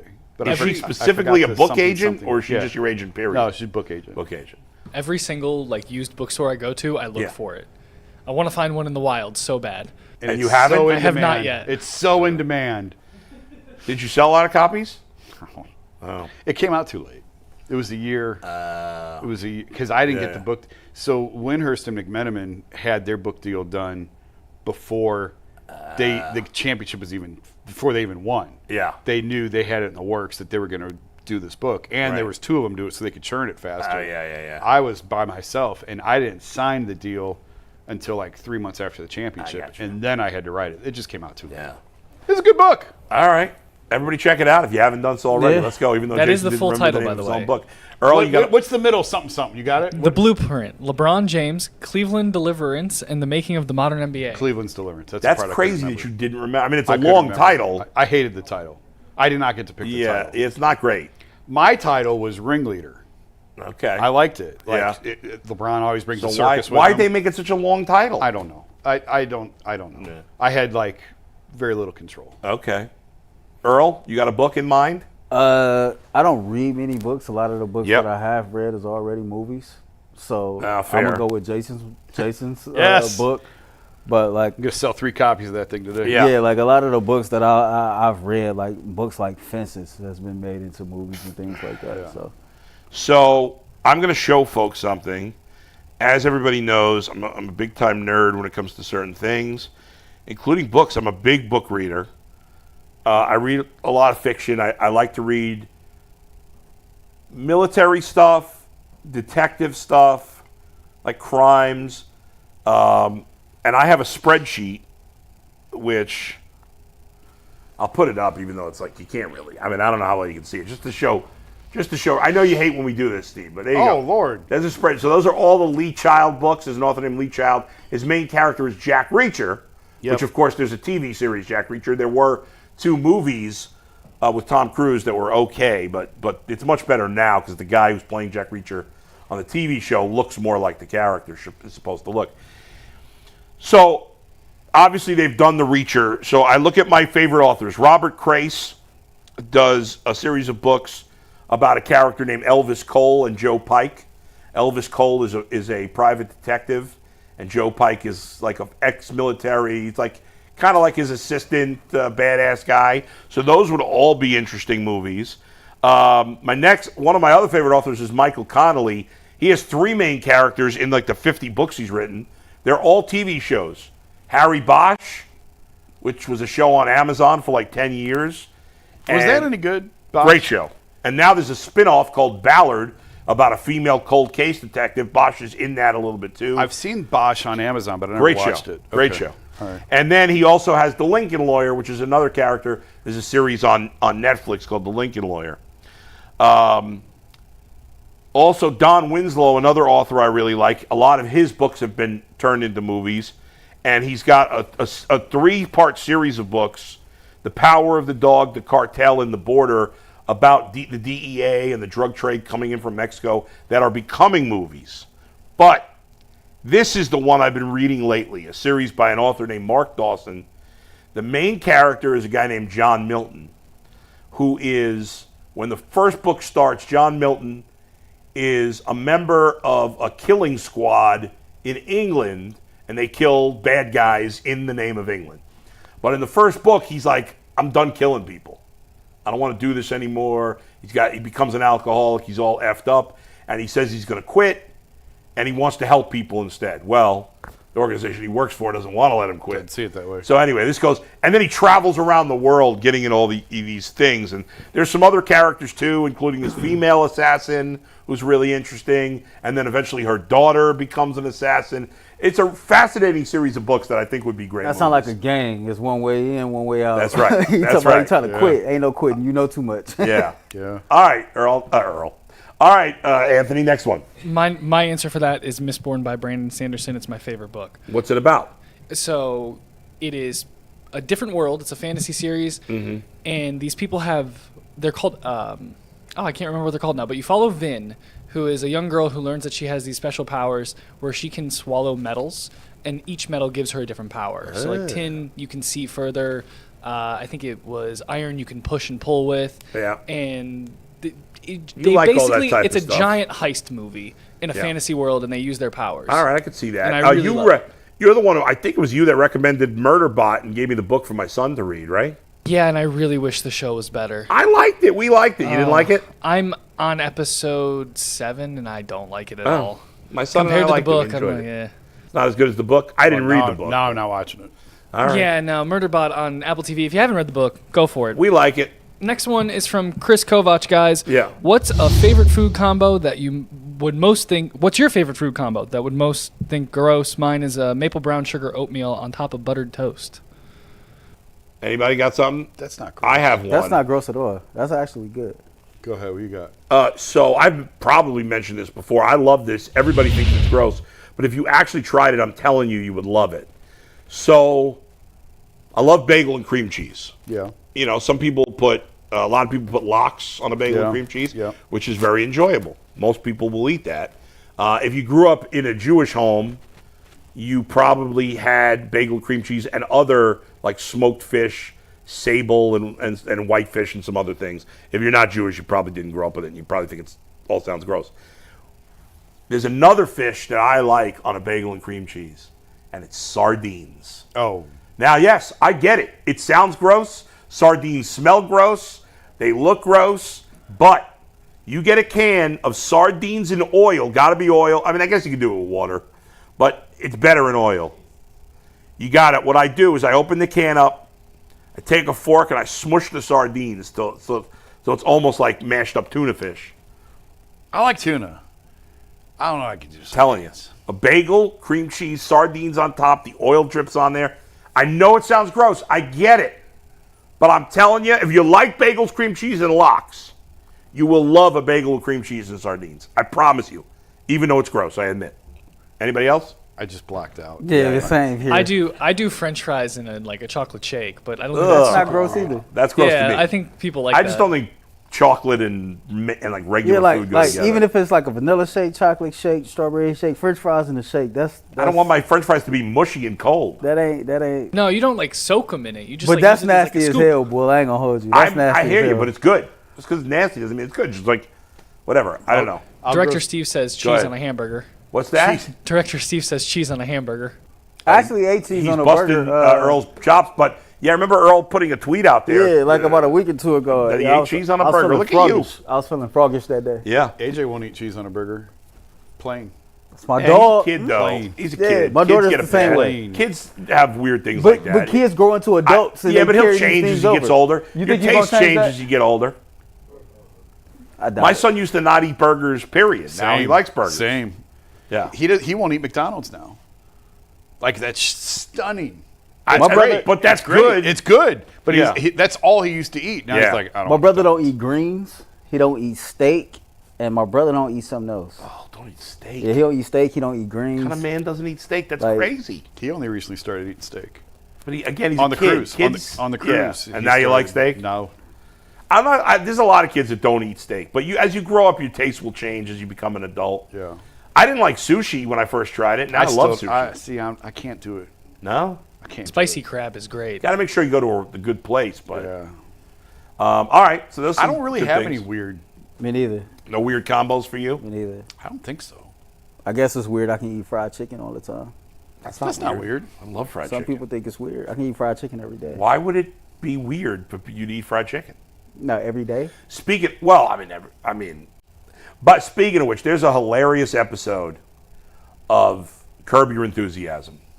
Does anybody else here watch Curb Your Enthusiasm? I mean, it's over now. I'm not a consistent. I never watched it consistently. So in the second half of the run of the show, J.B. Smoove is a character who's living with Larry David, and they get into just the funniest situations. Well, J.B. Smoove in one episode is like, won't admit that he likes watermelon because he doesn't want to be part of the stereotype, right? So Larry comes home one day and J.B. Smoove is eating watermelon, and he's like, you said you didn't eat watermelon. He's like, I can't tell a white guy that I like watermelon. So this is super funny. And then, so the two of them go to the supermarket together, and Larry's like, why don't you buy a watermelon? He goes, I can't do it. There's too many white people here. So finally Larry's like, who cares? It doesn't matter if it's a stereotype. If you like watermelon, you should eat watermelon. So J.B. Smoove picks up the watermelon, and they're going to the checkout line, and he's like, I just have to announce that it's okay for black people to eat watermelon. It doesn't matter if it's like, I maybe not quoting it right word for word, but it is so funny. And then there's another guy on the line who's black, and he goes, I love watermelon. It was one of the funniest things ever. That show, at times, is so funny. All right, go ahead, Anthony. Next one. All right, next one from Twitter comes from Go Guards. Who would win in an arm wrestling tournament with the UCSS show? It's a good question. AJ just raised his hand. It would be AJ. It would 100% be AJ. AJ's not on the payroll. He's not on the payroll, so he doesn't count. I'm going to say Tyvis. Oh, yeah. Yeah. Probably. What about G? G or Tyvis? I'll say Tyvis. Yeah. I think AJ, right. G will get hurt in the process. G blow out his neck. He might. I mean, listen, it's not just what kind of like Mike's in way better shape than me, but I kicked his ass when we had an arm wrestle. Remember that? Yeah, we did do that. Yeah, it was because just you and Mike. outweigh him by a lot. That's a big part of arm wrestling, and I used to arm wrestle a lot when I was younger. So I have experience arm wrestling. I'm not a professional or anything, and I'm in terrible shape. He'd be but on ESPN arm wrestling. I'm heavy. So I would say that I would pick G. Bush, but there is a decent chance he would get hurt. Yes. Yeah. About a 60% because chance. G's got 100 pounds on Tyvis. Because you'd have to wrestle like multiple, right? Like you got to have a wrestle off. You can't just. Well, that's why I'm going with Tyvis. I don't think G. He's got to survive. Not gonna hold up. He's got to survive pool play. Yeah. So we got three of us. We got Anthony, Mike, and Steve. That's 6. Then we've got Tyvis, Dustin, and G. That's 9. We forgetting and Jay. That's 10. Right. So, who would be the 1 seed? I think the 1 seed would be G. The 2 seed would be Tyvis. Dustin is so skinny now. Yeah. That he just doesn't. There's not enough body weight there. Yeah, that's true. I don't know. It'd be an interesting tournament. So if you're the 1 seed, you get a bye. The top 2 would get a bye. Maybe you can. If you have 10. Save him some. Who's the 10 seed? Steve? I don't know. Yeah, Steve is volunteering to be the 10 seed. Yeah. I think it's accurate. All right. Go ahead. All right, so this next one comes from Who did Sam the fans think was going to win? We should ask the fans. Oh, we got a couple answers here. Yeah. Tyvis, Earl, Bull, Tyvis. Yeah, pretty much that G. I think I'd have a shot. I'm out. Arm wrestling scares me. Yeah. I'm going to break my elbow. I would Sam Hill. not win an arm wrestling tournament, but if you need a scrapper in a bar fight, Yeah, you're. I'm going to jail. I'm going to jail. Yeah, I'll be better at arm wrestling than being a scrapper. I was a great scrapper when I was in my 20s, but I'm in way too bad a shape to be a scrapper. I mean, that's true. I'd probably get hit once and fall and break something now. I doubt it. I doubt you. 20 years ago, man, you could scrap. I could brawl. Yeah. All right. What's the next one? Next one comes from Sam Hill in the chat. Question for Jason specifically. I like Sam. What favorite city to travel for work? What's your favorite city to travel to? Oh, man, no. Vegas. AJ said it's not Houston. I hated every city in Texas. I hated. Is it Vegas? You didn't like Austin? No. Houston said Why'd you go to Houston Austin? don't like you either. I went to Austin for Ohio State, Texas. Oh, yeah. When I did a deep story on Baker. Yeah. And I went there a third time. I don't remember why. I've been to Austin a couple times. NBA travel. I love San Francisco. I loved LA in the beginning. Then I got to hate LA. San Francisco, Boston in the spring is phenomenal. Toronto in the spring and summer is sensational. We're going to Toronto in a few weeks. Love Chicago. Yeah. Trying to think of like an underrated one that I really liked. Seattle. Nah, you never went there. I went to Seattle once or twice. It's too far. Yeah, that's true. Portland is one of the most eclectic city you'll ever see. But it was a cool city, and Portland has the Nike store, so I would go by. What's the worst? I hated Sacramento. Detroit is nasty work. I liked Orlando because Orlando had a great resort to stay at, like a vacation resort, Marriott vacation resort. Yeah. I mean, I like Miami was okay. I think Miami was overrated. I hated San Antonio. I hated Dallas. I hated Houston. Why do you hate the Texas places so much? They're so big and sprawling, and it's just, I guess Dallas, but San Antonio, I guess, is okay with the Riverwalk. First time I saw the Riverwalk, I was like, two dudes dug a ditch and threw a boat in the water, and everyone thinks like this is the greatest thing ever. Like, it's really not that big of a deal. Okay. All right, that's the breakdown. I got restaurants in every city in America. I bet. You need a spot, you let me know. Go ahead, Anthony. Next. Well, that's a great one, because what's your favorite city that in Ohio that's not Columbus, Cleveland, or Cincinnati? This comes from Stephen Allen Spencer in the chat. Favorite city in Ohio that is not Columbus? Director Steve is answering Athens. That's a good one. I mean, technically, I refer to, I think of Rocky River as a town, but technically it's a city. It's a city, yeah. It doesn't feel like a city compared to Cleveland, Columbus, and Cincinnati.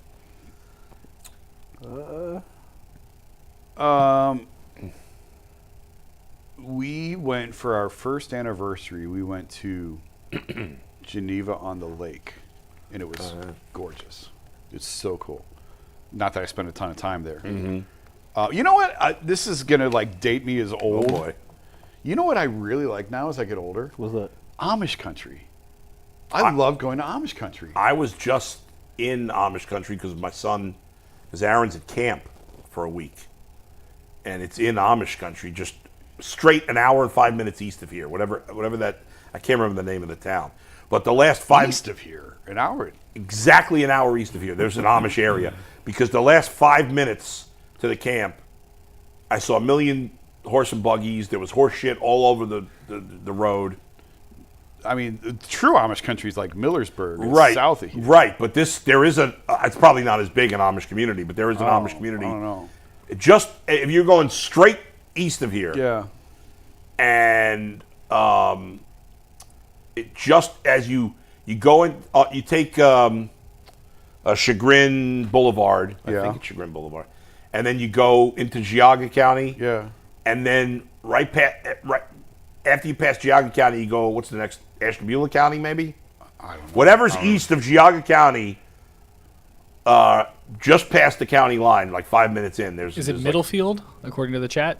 Oh, maybe it was Middlefield. What kind of camp is it? Where is he? It's a sleepaway camp for a week. It's just like a boys. All right. You know, you're doing like archery and swimming in the lake and all that type of stuff. You know, the older I get, because I hated it as a kid going to Amish. I love going to Amish country. Like we got my guy Ruben at Dutch Craft Furniture. Yeah.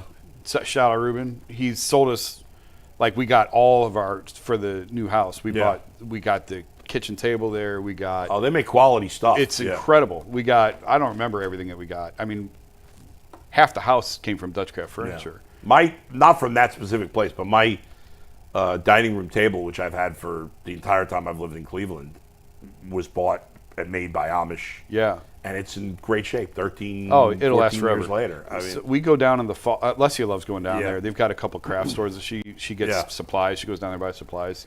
We go down there a couple times a year, and always stop in and see Ruben and just kind chew of the tough fat with living him. like that, though. What's funny about my guy Yeah. is he's a huge sports fan.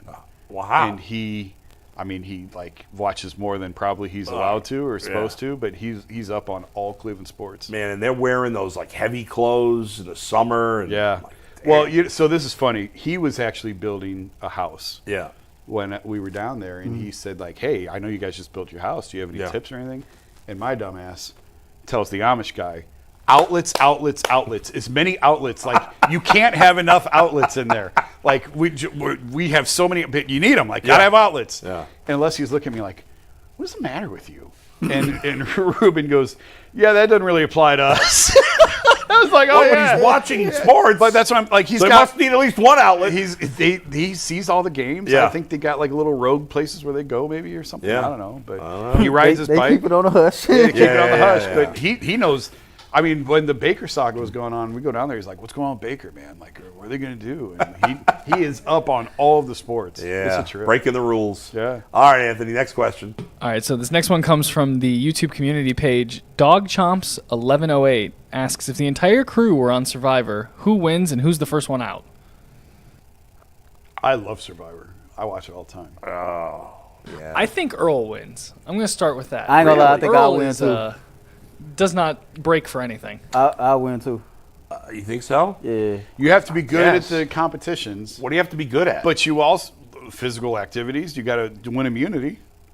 You got to like Okay. swim and climb and make oh, puzzles. yeah, and, I'm not going. but you can Ooh, also, if you're a good social player and you can like make alliances. Okay, yeah, I'm good at So you gotta master the social game because you gotta vote people out, but then you gotta get them to vote for you at the end. Have you ever Yeah. seen the show? I don't think I've ever watched a full Are you episode. serious? No. Oh, it's good stuff. I mean, I've seen bits and pieces of it. So like you vote people out, but then they make up the jury and then Yeah. they vote for who wins the $1 million. Yeah, I would be one of the first people out. I couldn't do the physical stuff. I don't think I have great survival skills.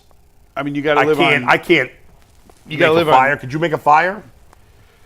Well, they give you a flint, Oh, so yeah, All right. you can make a fire. all right. So I'll say. Earl will be up there. I think. I think G would win. G would win. Yeah, I think G would win. Why do you say that? Because again, you got to get people to vote for you. Yeah, he's very popular. Yeah. That's true. Is G it the people on the island that vote, or is it like the audience that watches that votes for No, that it's one? the people you vote off, then turn around and vote. So you start with like 16, right? 15, 16, 18, whatever Yeah. the number is. I don't know. And you vote it down to 3, Yeah. 4, and then they make fire and to get the third. So you have Right, 3 finalists. And then the jury, they just changed the number on the jury. It's like 9 now, 8 or 9, 8, Yeah. I think. I think it's 8. 8 jury members. The final 8 who are voted out, who have been there the longest with you, now turn around and vote for the 3 who they think He's should right. win. G know how to put a headline out there to make Yeah, people that's vote true. He's for him. good. But it's just the 8 people voting. It's not. Yeah. Yeah. I think G would win. Yeah, G will win. I think I would be the first one voted out. Nah, Jay's the Jay- first one voted out. Yeah, Jay, it was Jay his is always the 1st I'm one saying Jay voted would be the out. first one voted. Jay can vote from us, like from his boat, like out in the river, Yeah, but yeah. he's the first one out. Yeah. All right, this next one, guys, is coming from Twitter. Tom Nickerson, what superhero do you wish you were, or superpower do you wish you had? Be invisible. Oh yeah. I would do all kinds love of. to Yeah. be invisible. I wish I could read people's minds. That's a good one. Did you see that movie, the Mel Gibson movie in the 90s on Oh What my Women God! Want? Yeah, yeah, It was yeah. great. Great movie. Yeah. What women Want. What women want. Right, Yeah. right, right. Yeah. I'd be I invisible. would want to be able to not die. I think. But then everybody I loved would die, and then I'd just be. He'd be like Green Mile guy, be 178 years Yeah. old, and everybody else is gone. Yeah. Yeah, I don't want that I'm for going to change myself. my mind on that. Why don't you want to die? I'm scared of dying because I don't believe in an afterlife. I which guess you wish better. did, I but guess you better believe in an afterlife. I wish I at him. did. It ain't too No, late. ain't that something? Ain't too late. And not that I'm helping myself with my weight, but you know. This is it, Bull. When it's over, you I- just sit in this station for the rest of your Yeah, life. right. I'm just like, paranoid. What are you gonna do if you travel to an afterlife that you didn't believe in? What is afterlife bull gonna do? Right. Oh no! You know what? If they're really, they were right. I'll tell you something else. If there is an afterlife, which I hope there is, I hope the people that believe are correct. I want to be wrong about this. I think if there's somebody sitting in judgment there, that I will be judged well. Because even without believing in that, I have treated people well more often than not, contrary to popular belief, and I'm not a hypocrite like some people that, think they're good people just because they believe in God. Except for callers. It doesn't you treat make, people well except for callers. You hang except up for on callers. them. I hang up on callers, yes. That's true. We do hang up on calls. I don't treat those people well. Some of them. You're a lunatic. Mostly not. What are we doing now? Next one? Oh yeah, you Did we didn't answer the actually question? give us an answer. Do you want to pick a power? Or you He just wants going to with live not- forever. I want to live forever, yes. You wanna live forever? All right, I'll take teleportation. The next one comes from Buckeye Guy in the chat. UCSS, keep, cut, or trade. McDonald's, Wendy's, or Burger King? Ugh, Keep Wendy's. I don't like any of them. Cut Burger King. Trade McDonald's. Yeah, I'm cutting BK. You're all wrong. I'm trading Wendy's. I'm keeping McDonald's. I used to work. Wendy's was my first job. Yeah. White, red, green. That was the order that you make sandwiches in, with the wet condiments and the veggies, all that stuff. I'm with Jason. I'm keeping Wendy's. I like their baked potatoes. Trading McDonald's and cutting Burger King, but I don't really like any of them. I was Believe it or cold not. with the chili though. So the chili meat for Wendy's is the square patties that's been on the grill for about 5 or 6 minutes. Yeah. You put them up in the drawer. You take them to the back. You rinse all the grease off. Chop them down. Really? You put them in there. Put it in there with the rest of That's the chili. interesting. Go from there. I was on the phone with Mike one day going through the McDonald's drive-thru and I ordered a fish sandwich and you would have thought that that's what he did. Oh. I love McDonald's. Maybe that's the gross thing. I love McDonald's. fish That's sandwiches your is gross fire. thing. I love them. And fire. Mike's like, who the hell goes to McDonald's and orders a fish They be sandwich? having the tartar That is sauce weird. and Wrong the with cheese you? hanging off on the side too much though. I like it when the tartar sauce glops off. Yeah. And then you get the fries and you Yeah. scoop it up. Oh, Like, yeah. Fish sandwich is great. Fish fillet from McDonald's I is love fire. their fish All right, sandwiches. next. All right, let's see here. We got so many. I'm trying to filter through these guys. You want to do one sports question, or we want to stick with what we're doing? Nah, stick with Stick what with we're what we're doing. Okay. So from the chat, Kevin Brown, best TV show ever. There said theirs is The Wire. The Wire is the best TV show ever. Incorrect. I love Wire. I don't want to be like everybody else.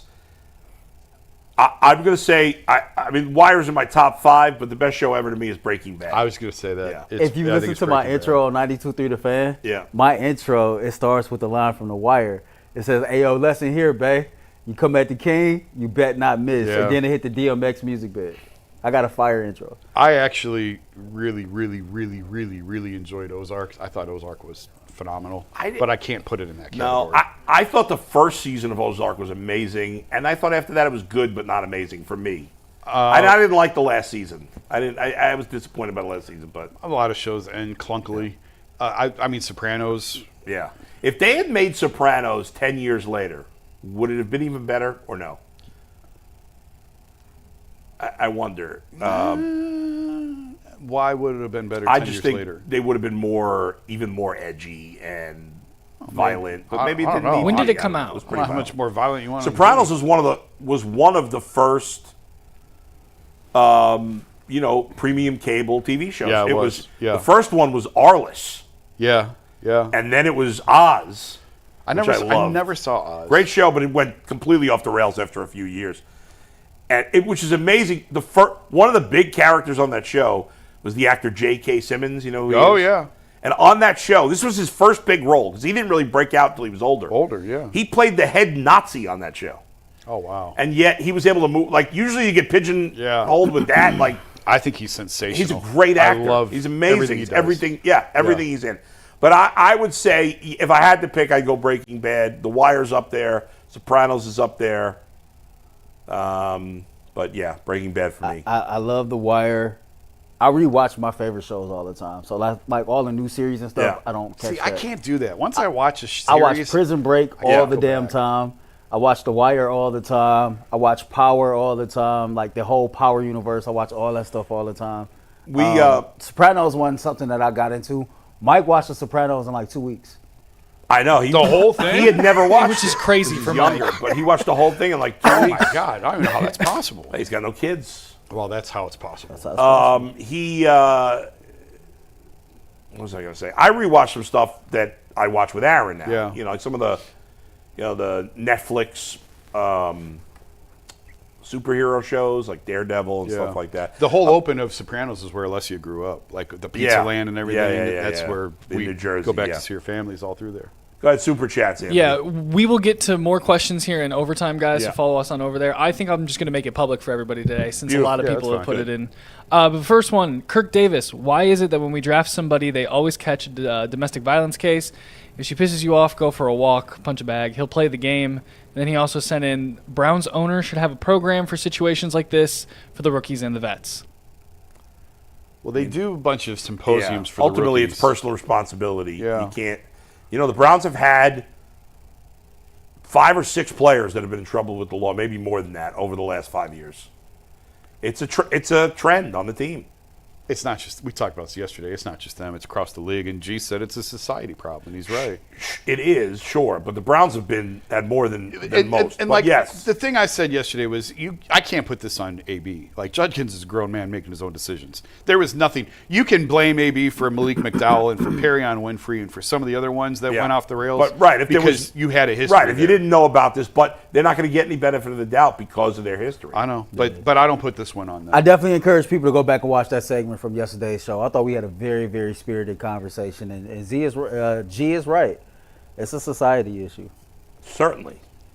Next one from, I'm sorry, Earl. No, go ahead. Next one from Mick McGee. Bob Whitman over Class A and Victor over Sandy. No. I mean, come on. Bob Wickman over Class A? No. I'm just reading the chats. I mean, you could make a case for Victor over Sandy, for sure. Sure, yeah. You could. Offensively, I mean, Victor was phenomenal. Defensively, he was terrible. Yeah, right. And then he was a DH eventually. For I would take Sandy. I would take. There's no case for Wickman over Class A. No, I don't think so. Next one from Don D.H. What about Satchel Paige? I mean, yeah. I'm not going to take him over. Page, he didn't play for them long enough.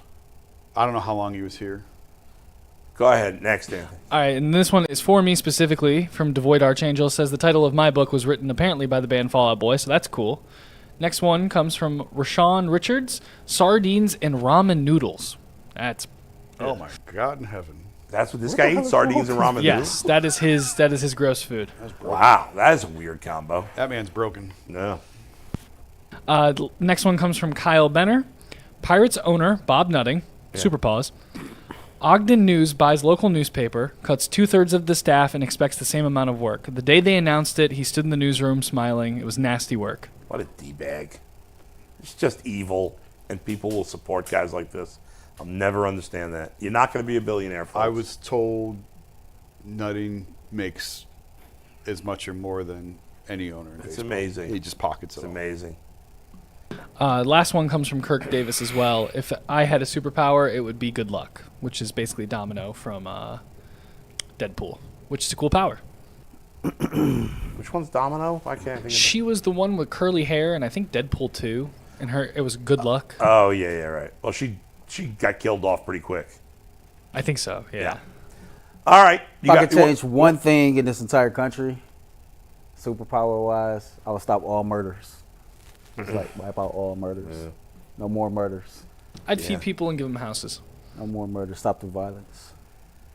Two Heavy good stuff. answers. Yeah, those are both good answers. You got one more question before we move to overtime? Oh, I got plenty of questions for overtime Yeah. here. Let me pull them back up here, guys. Freddie B wanted to bounce off the last one. What is your favorite reality TV show, if you guys do have one? I have never really. I was obsessed for like 2 weeks with A Shot at Love with Tila Tequila. And then I it turned watched out that she was too. like a Nazi too. I watched so- that too Black Ink back in the day. Chicago. Black Never- Ink Chicago. I used to watch Black Ink when it used to come on all the time. But Black Ink Chicago, they have Yeah. Black Ink New York. Black Ink Chicago was, because Chicago is Midwest. Yeah. And the characters on that show, they just seemed like they was more relatable if you were somebody that was watching here in Cleveland. I'm embarrassed to say. Yeah. Jersey Shore. Oh my God. It's either I loved Jersey people Shore. are the worst. I loved it because again, like that's where we'd go for vacation every Yeah. summer. Leslie's family had a house down on the Jersey Shore. Right. So all those towns that they were in is where we went for vacations for a number of years. That was the guilty pleasure. She hated that show. She's like, that's disgusting. We don't act that way. I'm like, no, most people are not like that. That's not. I love that show, though. The first couple of years of The Real World were cool. Mm-hmm. That was going to be my answer until I thought of Jersey Shore. All right, we'll give you some more answers to questions like this coming up on Overtime. Do we have to kill it and restart it? Or yeah, we do have to kill it and restart it for an overtime. We'll be back in a minute and change. Something like 2 that. minutes. All right. Stick around. Open for everybody.